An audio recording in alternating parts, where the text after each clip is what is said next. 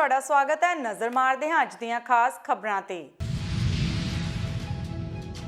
ਹੁਸ਼ਿਆਰਪੁਰ ਵਿੱਚ ਕਲਯੁਗੀ ਬਾਪ ਨੇ ਆਪਣੀਆਂ ਦੋ ਧੀਆਂ ਨੂੰ ਲਗਾਈ ਅੱਗ, ਦੋਹਾਂ ਦੀ ਹਾਲਤ ਗੰਭੀਰ। ਫਤਿਹਗੜ੍ਹ ਚੂੜੀਆਂ ਵਿੱਚ ਫਾਈਨਾਂਸ ਕੰਪਨੀ ਤੋਂ ਬੰਦੂਕ ਦੀ ਨੋਕ ਨਾਲ ਲੁੱਟੇ 1,90,000 ਰੁਪਏ। ਬਟਾਲਾ ਪੁਲਿਸ ਨੇ ਨਾਜਾਇਜ਼ ਪਿਸਟਲ ਅਤੇ ਰੌਂਦਾ ਸਮੇਤ ਦੋ ਨੌਜਵਾਨਾਂ ਨੂੰ ਕੀਤਾ ਕਾਬੂ। ਸ਼੍ਰੀ ਗੰਗਾਨਗਰ ਦੀ ਪੁਲਿਸ ਨੇ ਲਾਰੈਂਸ ਬਿਸ਼ਨੋਈ ਗੈਂਗ ਦੇ ਦੋ ਸਾਥੀਆਂ ਨੂੰ ਕੀਤਾ ਗ੍ਰਿਫਤਾਰ। ਅੰਮ੍ਰਿਤਸਰ ਵਿੱਚ ਦੋ ਗੁੱਟਾਂ ਵਿੱਚ ਹੋਈ ਗਹਿ-ਗਚ ਲੜਾਈ ਅਤੇ ਰਾਮਨੌਮੀ ਦੇ ਮੌਕੇ ਬਟਾਲਾ ਵਿੱਚ ਕੱਢੀ ਗਈ ਸ਼ੋਭਾ ਯਾਤਰਾ। ਹੁਣ ਖਬਰਾਂ ਵਿਸਥਾਰ ਨਾਲ। ਨਰੇਗਾ ਕਾਨੂੰਨ ਤਹਿਤ ਪਿੰਡਾਂ ਦੇ ਲੋਕਾਂ ਨੂੰ 100 ਦਿਨ ਦਾ ਰੁਜ਼ਗਾਰ ਦੇਣ ਦੀ ਗੱਲ ਕਹੀ ਗਈ ਸੀ, ਪਰ ਅੱਜ ਤੱਕ ਬਹੁਤੇ ਪਿੰਡ ਵਿੱਚ 100 ਦਿਨਾਂ ਤਾਂ ਛੱਡੋ 3 ਸਾਲਾਂ ਵਿੱਚ ਕੋਈ ਕੰਮ ਨਹੀਂ ਦਿੱਤਾ ਜਾ ਰਿਹਾ। ਕੇਂਦਰ ਸਰਕਾਰ ਵੱਲੋਂ ਹਰ ਸਾਲ ਨਰੇਗਾ ਲਈ ਕਰੋੜਾਂ ਅਰਬਾਂ ਰੁਪਏ ਜਾਰੀ ਕੀਤੇ ਜਾਂਦੇ ਹਨ, ਪਰ ਇਹਨਾਂ ਦਾ ਲਾਭ ਬਹੁਤੇ ਲੋਕਾਂ ਤੱਕ ਨਹੀਂ ਪਹੁੰਚਦਾ, ਜਿਸ ਕਾਰਨ ਲੱਗਦਾ ਹੈ ਕਿ ਨਰੇਗਾ ਐਕਟ ਕੇਵਲ ਕਾਗਜ਼ੀ ਕਾਰਵਾਈ ਤੱਕ ਹੀ ਸੀਮਿਤ ਰਹਿ ਗਿਆ। ਇਸ ਲਈ ਬਹੁਤੇ ਲੋਕਾਂ ਨੂੰ ਨਰੇਗਾ ਸਕੀਮ ਤਹਿਤ ਰੁਜ਼ਗਾਰ ਪ੍ਰਾਪਤ ਕਰਨ ਲਈ ਧਰਨਿਆਂ ਤੇ ਭੁੱਖ ਹੜਤਾਲਾਂ ਦਾ ਸਹਾਰਾ ਲੈਣਾ ਪੈਂਦਾ ਹੈ।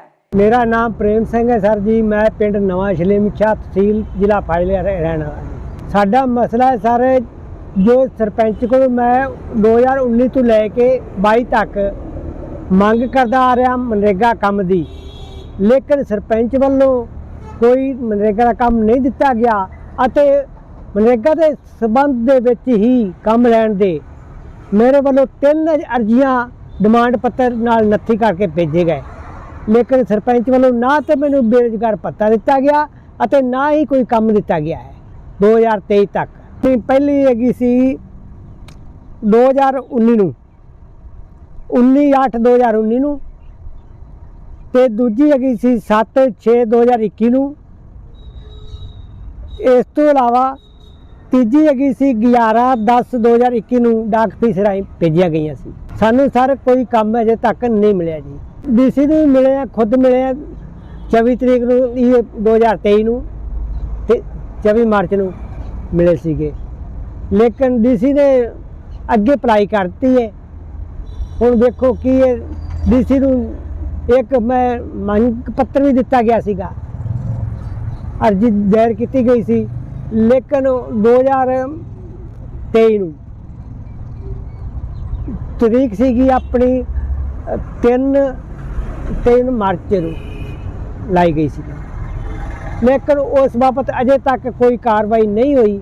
ਡੀਸੀ ਨੂੰ ਮੈਂ 3 ਦੇ ਚੁੱਕਿਆ ਅਰਜ਼ੀਆਂ। ਇਸ ਤੋਂ ਪਹਿਲਾਂ ਵੀ ਮੈਂ ਡੀਸੀ ਜੋ 2021 ਚ ਰਹਿ ਗਏ ਸੀ ਉਹਨਾਂ ਨੂੰ ਵੀ ਦਿੱਤੀ ਸੀਗੀ। ਸ਼੍ਰੀ ਰਾਮਨੌਮੀ ਉਤਸਵ ਕਮੇਟੀ ਗੁਰਦਾਸਪੁਰ ਵੱਲੋਂ ਪੰਜੋਰੀ ਧਾਮ ਦੇ ਮਹੰਤ ਰਘੁਵੀਰ ਦਾਸ ਦੇ ਆਸ਼ੀਰਵਾਦ ਨਾਲ ਸ਼੍ਰੀ ਕ੍ਰਿਸ਼ਨ ਮੰਦਿਰ ਮੰਡੀ ਤੋਂ ਸ਼੍ਰੀ ਰਾਮਨੌਮੀ ਦਾ ਵਿਸ਼ਾਲ ਜਲੂਸ ਕੱਢਿਆ ਗਿਆ। ਸਭ ਤੋਂ ਪਹਿਲਾਂ ਮਹੰਤ ਸ਼੍ਰੀ ਰਘੁਵੀਰ ਦਾਸ ਜੀ ਨੇ ਸ਼੍ਰੀ ਕ੍ਰਿਸ਼ਨ ਮੰਦਿਰ ਵਿਖੇ ਪਹੁੰਚ ਕੇ ਸੰਗਤਾਂ ਨੂੰ ਆਸ਼ੀਰਵਾਦ ਦਿੱਤਾ, ਉਪਰੰਤ ਨਾਰੀਅਲ ਤੋੜ ਕੇ ਯਾਤਰਾ ਦੀ ਸ਼ੁਰੂਆਤ ਕੀਤੀ ਗਈ। ਨਵਰਾਤਰਿਆਂ ਦਾ ਦਿਨ ਬਹੁਤ ਪਵਿੱਤਰ ਹੈ। ਅੱਜ ਮਹਾਅਸ਼ਟਮੀ ਦਾ ਦਿਨ ਹੈ, ਕੱਲ ਰਾਮਨੌਮੀ ਹੈ। ਪਰਮੇਸ਼ਵਰ ਕਿਰਪਾ ਕਰੇ, ਮਹਾਮਾਈ ਦੀ ਮਿਹਰ ਤੇ ਕਿਰਪਾ ਸਾਰਿਆਂ ਤੇ ਬਣੀ ਰਵੇ ਔਰ ਅਸੀਂ ਲੋਕ ਆਪਣੀ ਜ਼ਿੰਦਗੀ ਦੇ ਵਿੱਚ ਭਗਵਾਨ ਰਾਮ ਦੀ ਉਹ ਜ਼ਿੰਦਗੀ, ਉਹਨਾਂ ਦੇ ਉਹ ਅਸੂਲ, ਉਹਨਾਂ ਦੀ ਉਹ ਮਰਿਆਦਾ ਆਪਣੀ ਜ਼ਿੰਦਗੀ ਦੇ ਵਿੱਚ ਅਪਣਾਈਏ, ਤਾਂ ਹੀ ਸਾਡੀ ਜ਼ਿੰਦਗੀਆਂ ਜਿਹੜੀਆਂ ਨੇ ਉਹ ਸੁਖਰਾਣੀਆਂ ਹੋ ਸਕਦੀਆਂ ਨੇ। ਅੱਜ ਮੈਂ ਆਪਣੇ ਵੱਲੋਂ ਸਾਰੇ ਇਲਾਕਾ ਵਾਸੀਆਂ ਨੂੰ ਇਸ ਪਾਵਨ ਪਵਿੱਤਰ ਦਿਨ ਦੀਆਂ ਲੱਖ ਲੱਖ ਮੁਬਾਰਕਾਂ। ਪਰਮੇਸ਼ਵਰ ਕਿਰਪਾ ਕਰੇ, ਭਗਵਾਨ ਰਾਮ ਦਾ ਆਸ਼ੀਰਵਾਦ ਤੁਹਾਡੇ ਸਾਰਿਆਂ ਤੇ ਬਣਿਆ ਰਹੇ। ਪਹਿਲਾਂ ਤਾਂ ਮੈਂ ਅੱਜ ਸਭ ਤੋਂ ਪਹਿਲਾਂ ਗੁਰਦਾਸਪੁਰ ਦੇ ਇਲਾਕਾ ਨਿਵਾਸੀਆਂ ਨੂੰ ਔਰ ਦੇਸ਼ ਵਿਦੇਸ਼ 'ਚ ਬੈਠੀਆਂ ਹੋਈਆਂ ਸਾਰੀਆਂ ਹੀ ਸੰਗਤਾਂ ਨੂੰ ਮੈਂ ਆਪਣੇ ਵੱਲੋਂ ਔਰ ਸਮੁੱਚੀ ਟੀਮ ਵੱਲੋਂ ਭਾਰਤੀ ਜਨਤਾ ਪਾਰਟੀ ਵੱਲੋਂ ਮੈਂ ਵਧਾਈ ਦੇਣਾ ਚਾਹੁੰਦਾ ਕਿ ਭਗਵਾਨ ਸ਼੍ਰੀ ਰਾਮ ਚੰਦਰ ਜੀ ਦੀ ਕੱਲ੍ਹ ਜਨਮ ਦਿਹਾੜਾ ਆ, ਉਹਨਾਂ ਨੂੰ ਸਮਰਪਿਤ ਅੱਜ ਜਿਹੜੀ ਇਹ ਸ਼ੋਭਾ ਯਾਤਰਾ ਜਿਹੜੀ ਗੁਰਦਾਸਪੁਰ ਮੰਦਿਰ ਤੋਂ ਆਰੰਭ ਹੋ ਰਹੀ ਆ ਔਰ ਸਾਰੇ ਹੀ ਸ਼ਹਿਰ ਦੇ ਲੋਕ ਇਹਦੇ ਵਿੱਚ ਇਕੱਤਰ ਹੋ ਕੇ ਇਹ ਸਬੂਤ ਦੇ ਰਹੇ ਨੇ ਕਿ ਇਹ ਪ੍ਰਮਾਤਮਾ ਦਾ ਨਾਮ ਜਿਹੜਾ ਅਸੀਂ ਸਾਰਿਆਂ ਨੂੰ ਇਕੱਠੇ ਹੋ ਕੇ ਇਸ ਨਾਮ ਨੂੰ ਹਮੇਸ਼ਾ ਯਾਦ ਰੱਖਣਾ ਚਾਹੀਦਾ। ਔਰ ਮੈਂ ਵਧਾਈ ਵੀ ਦੇਣਾ ਚਾਹੁੰਦਾ ਸਾਰੇ ਹੀ ਦੇਸ਼ ਵਿਦੇਸ਼ 'ਚ ਬੈਠੀਆਂ ਹੋਈਆਂ ਸਾਰੀਆਂ ਸੰਗਤਾਂ ਨੂੰ। ਧੰਨਵਾਦ। ਹਾਈ ਵੋਲਟੇਜ ਬਿਜਲੀ ਦੀਆਂ ਤਾਰਾਂ ਦੇ ਆਤੰਕ ਦੇ ਸਾਏ ਵਿੱਚ ਕਪੂਰਥਲਾ, ਇਸਲਾਮ ਖੇਤਰ, ਸੁੰਦਰਨਗਰ ਅਤੇ ਸ਼ੇਖੂਪੁਰਾ ਵਿੱਚ ਰਹਿੰਦੇ ਗਰੀਬ ਪਰਿਵਾਰਾਂ ਦੇ ਘਰਾਂ ਦੇ ਉੱਪਰੋਂ ਲੰਘਦੀਆਂ ਹਾਈ ਵੋਲਟੇਜ ਬਿਜਲੀ ਦੀਆਂ ਤਾਰਾਂ ਨੂੰ ਹਟਾਉਣ ਲਈ ਹਲਕਾ ਇੰਚਾਰਜ ਮੈਡਮ ਮੰਜੂ ਰਾਣਾ ਅਤੇ ਸਾਬਕਾ ਜੱਜ ਸਰਦਾਰ ਨੇ ਬਿਜਲੀ ਵਿਭਾਗ ਨੂੰ ਇਹਨਾਂ ਨੂੰ ਹਟਾਉਣ ਦੇ ਨਿਰਦੇਸ਼ ਦਿੱਤੇ ਗਏ ਹਨ। ਵਿਭਾਗ ਦੇ ਅਧਿਕਾਰੀਆਂ ਨਾਲ ਟੈਕਸ ਸਲਮ ਏਰੀਆ ਦਾ ਦੌਰਾ ਵੀ ਕੀਤਾ ਗਿਆ। ਇਦਾਂ ਦਾ ਪਿਛੜਿਆ ਏਰੀਆ ਵਾ ਜਿੱਥੇ ਕਿ ਪਿਛਲੇ 22 ਸਾਲ ਦੇ ਵਿੱਚ ਰਾਣਾ ਗੁਰਜੀਤ ਸਿੰਘ ਜੀ ਨੇ ਕੁਝ ਨਹੀਂ ਕੀਤਾ ਹੈਗਾ।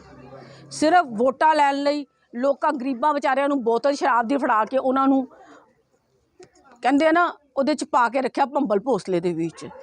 ਉਹਨਾਂ ਨੂੰ ਵਾਅਦੇ ਕੀਤੇ ਵੀ ਵੋਟਾਂ ਪਾ ਦਿਓ ਤੇ ਤਾਰਾਂ ਬਾਹਰ ਕਢਾਵਾਂਗਾ, ਲੇਕਿਨ ਅੱਜ 22 ਸਾਲਾਂ 'ਚ ਇਹ ਤਾਰਾਂ ਉਹ ਕਢਾ ਨਹੀਂ ਪਾਏ। ਲੇਕਿਨ ਹੁਣ ਆਮ ਆਦਮੀ ਪਾਰਟੀ ਦੀ ਸਰਕਾਰ ਆਈ ਹੈਗੀ ਆ ਤੇ ਅਸੀਂ 4 ਕਰੋੜ ਰੁਪਈਆ ਸੈਂਕਸ਼ਨ ਕਪੂਰਥਲੇ ਲਈ ਤਾਰਾਂ ਵਾਸਤੇ ਹੋਇਆ ਹੈਗਾ ਤੇ ਅਸੀਂ ਹੁਣ ਇੱਕ ਕਦਮ ਚੱਕਿਆ ਕਿ ਸਭ ਤੋਂ ਪਹਿਲਾਂ ਅਸੀਂ ਸੁੰਦਰ ਨਗਰ ਦੀਆਂ ਤਾਰਾਂ ਇੱਥੋਂ ਬਾਹਰ ਕਢਾਈਏ, ਕਿਉਂਕਿ ਇਹ ਜਿਹੜੇ ਆਪਣੇ ਨਾਲ ਭੈਣ ਜੀ ਖੜੇ ਆ ਇਹਨਾਂ ਦਾ ਘਰ ਵਾਲੇ ਨੂੰ ਇਹ 11,000 ਕਿਲੋਵਾਟ ਦੀ ਤਾਰਾਂ ਇਹਨਾਂ ਦੇ ਘਰਾਂ ਦੇ ਵਿੱਚੋਂ ਕ੍ਰਾਸ ਕਰ ਰਹੀਆਂ ਤੇ 7-8 ਸਾਲ ਪਹਿਲਾਂ ਇਹਨਾਂ ਦੇ ਹਸਬੈਂਡ ਦੀ ਡੈਥ ਇਹਨਾਂ ਤਾਰਾਂ ਨੂੰ ਖਿੱਚਣ ਕਰਕੇ ਹੋਈ ਆ। ਇਹਨਾਂ ਗਰੀਬਾਂ ਵੱਲ ਵਿਚਾਰਿਆਂ ਵੱਲ ਕੋਈ ਧਿਆਨ ਨਹੀਂ ਦੇ ਰਿਹਾ। ਸਾਡੇ ਇੱਥੇ ਦੇ ਜਿਹੜੇ ਬਲਾਕ ਪ੍ਰਧਾਨ ਨੇ ਫੱਗਾ ਸਿੰਘ ਜੀ, ਉਹਨਾਂ ਨੇ ਹੁਣ ਪਿਆਰਾ ਸਿੰਘ ਜੀ, ਫੱਗਾ ਸਿੰਘ ਜੀ, ਇਹ ਵੀ ਦੋਨੋਂ ਸਾਡੇ ਬੜੇ ਰਿਸਪੈਕਟੇਬਲ ਬਲਾਕ ਪ੍ਰਧਾਨ ਨੇ। ਹੁਣ ਇਹ ਪੂਰੀਆਂ ਐਫਰਟਸ ਕਰ ਰਹੇ ਹੈਗੇ ਆ ਮੇਰੇ ਨਾਲ ਕਿ ਅਸੀਂ ਸੁੰਦਰ ਨਗਰ ਨੂੰ ਜਿਹੜਾ ਇੱਕ ਵਾਕਈ ਸੁੰਦਰਤਾ ਦਈਏ ਤਾਂ ਕਿ ਇੱਥੇ ਦੇ ਬੱਚੇ ਵੀ ਆਪਣੀ ਛੱਤਾਂ ਤੇ ਖੇਲ ਸਕਣ। ਡਰਦੇ ਇਹ ਬੱਚੇ ਛੱਤਾਂ ਤੇ ਨਹੀਂ ਆਉਂਦੇ ਹੈਗੇ, ਹਾਲਾਤ ਇੰਨੇ ਮਾੜੇ ਆ ਸੁੰਦਰ ਨਗਰ। ਪ੍ਰਸ਼ਾਸਨ ਸਾਫ਼ ਸਫਾਈ ਦੀਆਂ ਗੱਲਾਂ ਤਾਂ ਕਰਦੀ ਹੈ ਪਰ ਜ਼ਮੀਨੀ ਹਕੀਕਤ ਕੁਝ ਹੋ ਰਹੀ ਹੈ। ਗੱਲ ਕਰਦੇ ਹਾਂ ਵਾਰਡ ਨੰਬਰ 13-14 ਖੰਨਾ ਦੇ ਬੱਚਿਆਂ ਦੇ, ਜਿਨ੍ਹਾਂ ਨੇ ਨਗਰ ਕੌਂਸਲ ਦੇ ਬਾਹਰ ਰੋਸ ਪ੍ਰਦਰਸ਼ਨ ਕੀਤਾ। ਉਹਨਾਂ ਕਿਹਾ ਕਿ ਅਸੀਂ ਨਰਕ ਭਰੀ ਜ਼ਿੰਦਗੀ ਜਿਉਣ ਲਈ ਮਜਬੂਰ ਹਾਂ ਤੇ ਅਸੀਂ ਗੰਦਾ ਪਾਣੀ ਪੀਣ ਲਈ ਮਜਬੂਰ ਹਾਂ, ਜੋ ਕਿ ਲੋਕਾਂ ਦੀ ਸਿਹਤ ਨੂੰ ਖਰਾਬ ਕਰ ਰਿਹਾ ਹੈ। ਲੋਕਾਂ ਨੇ ਮੰਗ ਕੀਤੀ ਹੈ ਕਿ ਪੀਣ ਵਾਲੇ ਪਾਣੀ ਦਾ ਪ੍ਰਬੰਧ ਕੀਤਾ ਜਾਵੇ, ਨਹੀਂ ਤਾਂ ਭਿਆਨਕ ਬਿਮਾਰੀਆਂ ਫੈਲ सकਦੀਆਂ ਹਨ। हमारा मोहल्ला बहुत गंदा है, सारे पास कूड़ा है और बदबू बहुत आती है। जब बारिश पड़ती है तो पानी खड़ा हो जाता है, हम इधर उधर कभी कहीं भी जा नहीं सकते। स्कूल जाना भी मुश्किल हो गया है। स्कूल जाने से बहुत मुश्किल होती है और मच्छर डेंगू मलेरिया बहुत फैल जाता है मच्छर दे नाल। जी मेरा नाम महक है जी। साडी गली विच जी इन्ना पानी भरिया होया जी, नालियां तो भी पानी बाहर आ जाता है जी, बहुत ज़्यादा ही गंदा हो जाता है जी। जी कूड़ा करकट जी बहुत पिया होया जी, साडी गली विच साफ सफाई करवाई जाए। पप्पू गैंग दे MC आ ਉਹ ਸਮਝ ਰਹੇ ਹੋ ਤੁਸੀਂ। ਸਾਰੀ ਦੁਨੀਆ ਨੂੰ ਪਤਾ ਕਿ ਪੱਪੂ ਕੌਣ ਹੈ। ਨਾ ਤਾਂ ਉਹਨੂੰ ਬੋਲਣ ਦਾ ਪਤਾ ਨਾ ਅੱਗੇ ਉਹਦੀ ਗੈਂਗ ਨੂੰ ਬੋਲਣ ਦਾ ਪਤਾ। ਇਹ ਜਿਹੜਾ MC ਆ ਜਦ ਇਲੈਕਸ਼ਨ ਹੋਈ ਤੁਹਾਨੂੰ ਉਹਨੇ ਇਹ ਵੀ ਗੱਲ ਕਹੀ ਸੀ ਕਿ ਇਹਨਾਂ ਨੇ ਸੈਟਿੰਗਾਂ ਕਰੀਆਂ ਸੀ ਸਾਡੇ ਨਾਲ।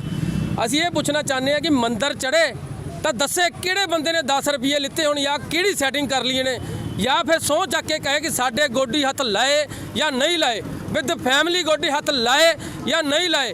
ਅੱਜ ਉਹ ਕਹਿੰਦਾ ਵਾਰਡ ਨੰਬਰ 14 ਦੇ ਬੰਦੇ ਨਹੀਂ, ਇਹ ਵੀ ਭਾਈ ਸਾਹਿਬ 14 ਨੰਬਰ ਵਾਰਡ 'ਚ ਹੈ, ਇਹ ਵੀ 14 ਨੰਬਰ ਵਾਰਡ 'ਚ ਨੇ, ਇਹ ਵੀ ਭਾਈ ਸਾਹਿਬ 14 ਨੰਬਰ ਵਾਰਡ 'ਚ ਹੈ, ਇਹ ਵੀ 14 ਨੰਬਰ ਵਾਰਡ 'ਚ ਹੈ। ਇੱਥੇ ਅੱਧੇ ਬੰਦੇ ਖੜੇ ਜਿਹੜੇ 14 ਨੰਬਰ ਵਾਰਡ 'ਚ ਹੈ, ਜਿਹੜੇ ਉਧਰ ਵੀ ਖੜੇ ਸੀ। ਦੇਖੋ ਉਹ ਐਡਾ ਜਾਹਿਲ ਬੰਦਾ, ਨਾ ਤਾਂ ਉਹਨੂੰ ਬੋਲਣ ਦਾ ਪਤਾ। ਜਦ ਤੇਰਾ ਕੰਮ ਮੰਨ ਲਓ ਸਰਕਾਰ ਵੱਲੋਂ ਨਹੀਂ ਹੋ ਰਿਹਾ, ਤੂੰ ਇਹ ਕਹਿ ਸਕਦਾ ਕਿ ਭਾਈ ਸਰਕਾਰ ਅੱਗੇ ਕੰਮ ਨਹੀਂ ਹੋਣ ਦੇ ਰਹੀ, ਮੇਰੇ ਬਸ ਤੋਂ ਬਾਹਰ ਹੈ। ਕਿੱਦਾਂ ਸਾਫ਼ ਮੁੱਕਰਦਾ, ਇਹ ਮੇਰੇ ਮਹੱਲੇ ਦੇ ਬੰਦੇ ਹੀ ਹੈ ਨਹੀਂ। ਉਹ ਡੰਗਰਾ ਤੇਰੇ ਮਹੱਲੇ ਦੇ ਬੰਦੇ ਹੀ ਖੜੇ ਆ, ਉਹਨਾਂ ਨੇ ਧਰਨਾ ਦਿੱਤਾ, ਕੋਈ ਸ਼ਹਿਰ ਵਾਲੇ ਨੇ ਧਰਨਾ ਨਹੀਂ ਦਿੱਤਾ। ਕੱਲ੍ਹ ਨੂੰ ਇਲੈਕਸ਼ਨ ਲੜਨਾ, ਅਸੀਂ ਚੈਲੰਜ ਕਰਦੇ ਹਾਂ, ਸਾਡੇ ਮੂੰਹ ਤੇ ਥੁੱਕ ਦਿਓ ਜੇ ਜਿੱਤ ਕੇ ਦਿਖਾ ਦਿਓ। ਖੁੱਲ੍ਹਾ ਚੈਲੰਜ ਕਰ ਰਹੇ ਹਾਂ ਐਤਕੀ ਅਸੀਂ, ਖੜ ਕੇ ਦਿਖਾਵੇ। ਐਤਕੀ ਸਿਰਫ ਅਸੀਂ ਤਾਂ ਰਿਆਇਤ ਕੀਤੀ ਸੀ ਕਿ ਸਾਡੇ ਮਹੱਲੇ ਦਾ ਬੰਦਾ ਕਿ ਹੋ ਸਕਦਾ ਸਾਡੇ ਮਹੱਲੇ ਦਾ ਜ਼ਿਆਦਾ ਸੁਧਾਰ ਹੋ ਜਾਵੇ। ਇਸ ਨੂੰ ਵੱਧ ਸੁਧਾਰ ਤਾਂ ਸਾਡੇ ਪਹਿਲਾਂ ਸੀ, ਇਸ ਨੂੰ ਕਿਤੇ ਲੱਖ ਗੁਣਾ ਵਧੀਆ ਸੀ। ਹੁਣ ਤੁਸੀਂ ਦੇਖਿਆ ਇੱਕ ਫੋਟੋ ਦੇਖ ਲਓ, ਇਹ ਅੱਜ ਦੀ ਕੱਲ੍ਹ ਦੀ ਫੋਟੋ ਹੈ, ਸੌਰੀ ਪਰਸੋਂ, ਤੁਸੀਂ ਪਰਸੋਂ ਮਹੱਲੇ 'ਚ ਆਏ ਸਾਰੇ ਮੀਡੀਆ ਵਾਲੇ, ਇਹ ਪਰਸੋਂ ਦੀ ਫੋਟੋ ਹੈ, ਨਾ ਕਿ ਇਹ ਕਿ ਅੱਜ ਕੋਈ ਮੀਂਹ ਪੈ ਗਿਆ ਜੀ ਮੀਂਹ ਦਾ ਪਾਣੀ ਹੈ। 12 ਮਹੀਨਾ 24 ਘੰਟੇ 30 ਦਿਨ ਇੱਦਾਂ ਹੀ ਕਾਈ ਜੰਮੀ ਹੋਈ ਹੈ, ਕਾਈ, ਕੋਈ ਮੀਂਹ ਦਾ ਪਾਣੀ ਨਹੀਂ, ਕਾਈ ਜੰਮੀ ਹੋਈ ਹੈ। ਮੱਛਰ ਸਾਨੂੰ ਦੱਸ ਦੇਵੇ ਕਦ ਇਹਨਾਂ ਨੇ ਮੱਛਰ ਦੀ ਸਪਰੇਅ ਕਦੇ ਕਰਾਈ ਹੋਵੇ, ਕੋਈ ਦਵਾਈ ਸਪਰੇਅ ਕਰਾਈ ਹੋਵੇ, ਕੋਈ ਹੱਲ ਨਹੀਂ, ਕੋਈ ਸੁਣਵਾਈ ਨਹੀਂ। ਜੋ ਸਾਨੂੰ ਪਤਾ ਲੱਗਿਆ ਕਿ ਪਲਾਟ ਬਣ ਗਏ ਇਹਨਾਂ ਦੇ, ਗਲੀਆਂ ਬਣਨ ਨਾ ਬਣਨ ਪਲਾਟ ਜ਼ਰੂਰ ਬਣ ਗਏ ਆ। ਅੱਜ ਸ਼ਾਹਕੋਟ ਮਲਸੀਆਂ ਮੁੱਖ ਮਾਰਗ ਤੇ ਆਲੂਆਂ ਨਾਲ ਲੱਦੀ ਓਵਰਲੋਡ ਟਰਾਲੀ ਕਾਰਨ ਇੱਕ ਟਰੈਕਟਰ ਦੇ 2 ਹਿੱਸੇ ਹੋ ਗਏ, ਜਦਕਿ ਜਾਨੀ ਨੁਕਸਾਨ ਹੋਣ ਤੋਂ ਬਚਾਅ ਹੋ ਗਿਆ। ਪੀੜਤਾ ਨੇ ਦੱਸਿਆ ਕਿ ਜੇਕਰ ਸੜਕ ਤੇ ਹੋਰ ਵਾਹਨ ਆ ਰਿਹਾ ਹੁੰਦਾ ਤਾਂ ਵੱਡਾ ਹਾਦਸਾ ਪੇਸ਼ ਆ ਸਕਦਾ ਸੀ। ਬਹਰਾਲ ਜਾਂਚ ਕੀਤੀ ਜਾ ਰਹੀ ਹੈ। ਹਾਂਜੀ ਸਰ, ਇੱਕ ਐਕਸੀਡੈਂਟ ਹੋਇਆ ਸੀ, ਕੀ ਗੱਲਬਾਤ ਹੋਈ ਆ? ਮੈਂ ਇਸੇ ਹਰਲੇਖ ਸਿੰਘ ਥਾਣਾ ਸ਼ਾਹਕੋਟ ਡਿਊਟੀ ਅਫਸਰ ਤੈਨਾਤ ਸੀ। ਇਨਫੋਰਮੇਸ਼ਨ ਮਿਲੀ ਸੀ ਕਿ ਇੱਕ ਮਲਸੀਆਂ ਰੋਡ ਤੇ ਐਕਸੀਡੈਂਟ ਹੋਇਆ ਵਾ, ਟਰੈਕਟਰ ਜਿਹੜਾ ਪਲਟਿਆ ਵਾ, ਟਰਾਲੀ ਆਲੂਆਂ ਦੀ ਲੱਦੀ ਆ। ਉਹਦੇ ਮੌਕੇ ਤੇ ਪੁੱਜੇ ਆ ਤੇ ਉਹ ਜਿਹੜਾ ਜਾ ਕੇ ਦੇਖਿਆ ਉਹਦੇ ਉੱਪਰੋਂ ਚੜਾਈ ਤੋਂ ਥੱਲੇ ਟਰਾਲੀ ਉਤਰੀ ਤੇ ਟਰਾਲੀ ਦੇ ਆਲੂ ਜ਼ਿਆਦਾ ਲੱਗਣ ਕੇ ਬੇਕਾਬੂ ਹੋ ਗਈ। ਬੇਕਾਬੂ ਹੋ ਜਾ ਕੇ ਦੂਜੀ ਸਾਈਡ ਤੇ ਵੱਜੀ ਤੇ ਉਹ ਟਰੈਕਟਰ ਸਾਰਾ ਮੂਹਰੇ ਖੁੱਲ ਕੇ ਹੋ ਗਿਆ, ਪਰ ਜਾਨੀ ਨੁਕਸਾਨ ਕੋਈ ਨਹੀਂ ਹੋਇਆ। ਤੇ ਸਰ ਜਿਹੜਾ ਟਰੈਕਟਰ ਡਰਾਈਵਰ ਸੀ ਉਹਦਾ ਡਰਾਈਵਰ ਦਾ ਬਿਲਕੁਲ ਬਚਾਅ ਆ, ਕੋਈ ਉਹਦੇ ਸੱਟ ਨਹੀਂ ਲੱਗੀ। ਸਿਰਫ ਟਰੈਕਟਰ ਜਿਹੜਾ ਬੁਰੀ ਤਰ੍ਹਾਂ ਟੁੱਟ ਗਿਆ ਜੀ। ਆਲੂ ਕਿੱਥੋਂ ਲੱਦ ਕੇ ਲਿਆਏ ਸੀ? ਇਹ ਆਲੂ ਲੈ ਕੇ ਚਾਹ ਪਿੰਡ ਧਰਮਪੁਰ ਤੋਂ ਲੈ ਕੇ ਆਏ ਸੀਗੇ। ਇਹਨਾਂ ਨੇ ਮਲਸੀਆਂ ਸਿਵਲ ਕੋਲਡ ਸਟੋਰ ਲੈ ਕੇ ਜਾਣੇ ਸੀਗੇ। ਤੇ ਮਾਲਕ ਨਾਲ ਹੋ ਗਈ ਜੀ ਗੱਲ? ਮਾਲਕ ਨਾਲ ਹੋ ਗਈ ਜੀ, ਮਾਲਕ ਮੌਕੇ ਤੇ ਪਹੁੰਚ ਗਏ ਨੇ, ਸਰਬਪ੍ਰੀਤ ਸਿੰਘ ਨੇ ਸਰਪੰਚ ਚਾਹ ਪਿੰਡ ਦੇ, ਉਹਨਾਂ ਦਾ ਟਰੈਕਟਰ ਆ ਉਹ ਆਪ ਵੀ ਆ ਚੁੱਕੇ ਨੇ। ਗੋਇੰਦਵਾਲ ਸਾਹਿਬ ਜੇਲ੍ਹ ਇੱਕ ਵਾਰ ਫਿਰ ਸੁਰਖੀਆਂ ਵਿੱਚ ਹੈ ਤੇ ਗੋਇੰਦਵਾਲ ਸਾਹਿਬ ਜੇਲ੍ਹ ਵਿੱਚ ਕੈਦੀ ਨੇ ਫਾਹਾ ਲਗਾ ਕੇ ਆਤਮ ਹੱਤਿਆ ਕਰ ਲਈ।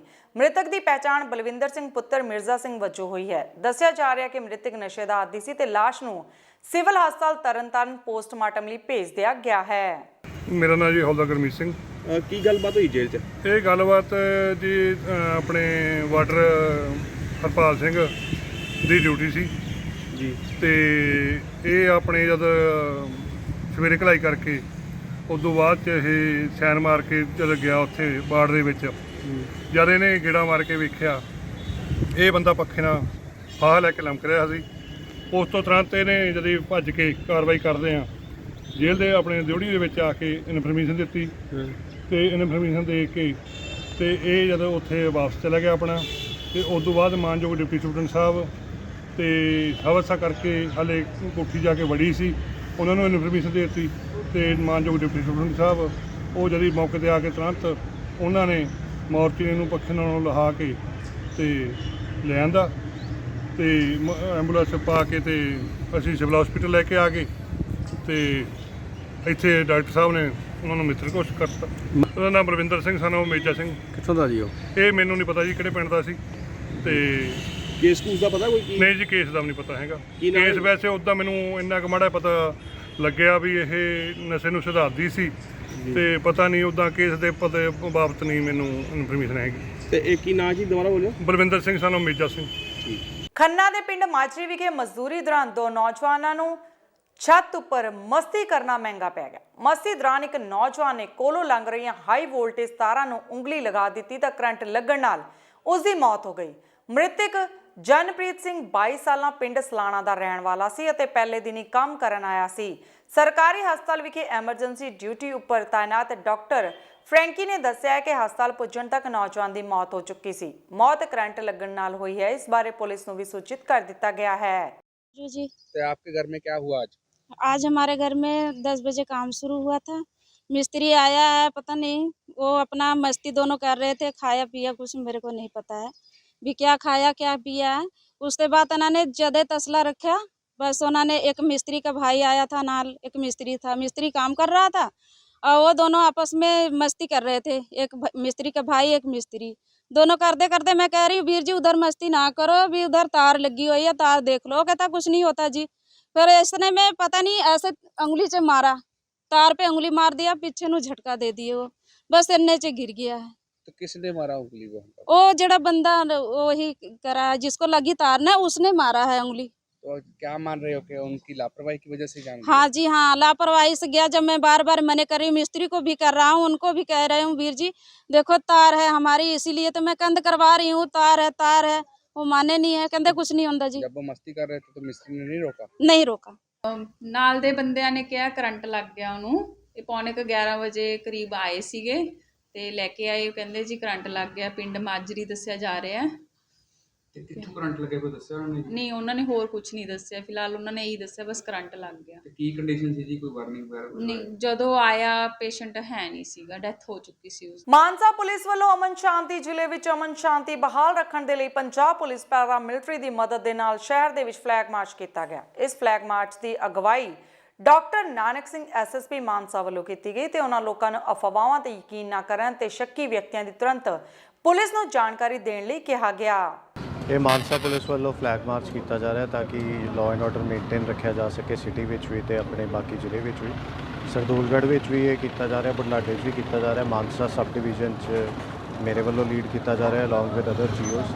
ਸਾਡੀ ਥਾਣੇ ਦੀ ਫੋਰਸ ਹੈ ਨਾਲ ਪੈਰਾ ਮਿਲਟਰੀ ਫੋਰਸ ਰਹੂਗੀ ਜਿਹੜੀ ਕਿ ਇਹਦੇ ਵਿੱਚ ਪਾਰਟਿਸਿਪੇਟ ਕਰੂਗੀ। ਨਹੀਂ, general law and order maintenance ਵਾਸਤੇ ਹੀ ਹੈ, ਸਾਨੂੰ ਪੈਰਾ ਮਿਲਟਰੀ ਮਿਲੀ ਹੋਈ ਹੈ ਤੇ ਜਿਹੜੀ ਆਪਣੀ ਫੋਰਸ ਹੈ ਉਹਨੂੰ ਯੂਜ਼ ਕਰਕੇ ਅਸੀਂ ਫਲੈਗ ਮਾਰਚ ਕਰਾਂਗੇ। ਪਬਲਿਕ ਵਾਸਤੇ ਦੋ ਤਰ੍ਹਾਂ ਦੇ ਮੈਂ ਸੰਦੇਸ਼ ਦੇਣਾ ਚਾਹੂੰਗਾ। ਇੱਕ ਤਾਂ ਕਿ ਕੋਈ ਵੀ ਜਿਹੜੀ ਅਫਵਾਹ ਹੈ ਉਹਦੇ 'ਤੇ ਵਿਸ਼ਵਾਸ ਨਾ ਕਰਨ ਤੇ ਦੂਜਾ ਕੋਈ ਵੀ ਲਵਾਰਿਸ ਚੀਜ਼ ਜਾਂ ਕੋਈ ਇਹੋ ਜਿਹਾ ਸ਼ੱਕੀ ਬੰਦਾ ਜੇ ਤੁਰਦਾ ਫਿਰਦਾ ਦਿਸਦਾ ਤੇ ਉਹਦੇ ਬਾਰੇ 112 ਤੇ ਇਨਫੋਰਮ ਕਰੋ। ਸਰ ਇੱਕ ਅਕਾਲ ਤਖਤ ਵੱਲੋਂ ਜਿਹੜਾ ਕੱਲ੍ਹ ਸਰਕਾਰ ਨੂੰ ਅਲਟੀਮੇਟਮ ਦਿੱਤਾ ਗਿਆ ਨੌਜਵਾਨਾਂ ਨੂੰ ਰਿਹਾ ਕਰਨ ਦੇ ਲਈ, ਕੀ ਉਸੇ ਦੇ ਮਕਸਦ ਦੇ ਵਿੱਚ ਹੈ?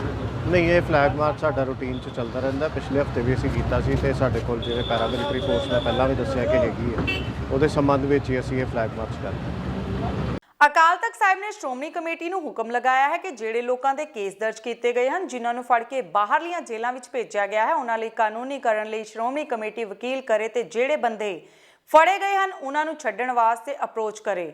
ਉਹਨਾਂ ਨਾਲ ਸ਼੍ਰੋਮਣੀ ਕਮੇਟੀ ਵੱਲੋਂ ਅਪਰੋਚ ਵੀ ਕੀਤੀ ਗਈ। ਜਿਹੜੇ ਲੋਕ ਛੱਡੇ ਗਏ ਹਨ, ਬਹੁਤ ਚੰਗੀ ਗੱਲ ਹੈ, ਇਹ ਕਿਹਾ ਹੈ ਗਰੇਵਾਲ ਨੇ।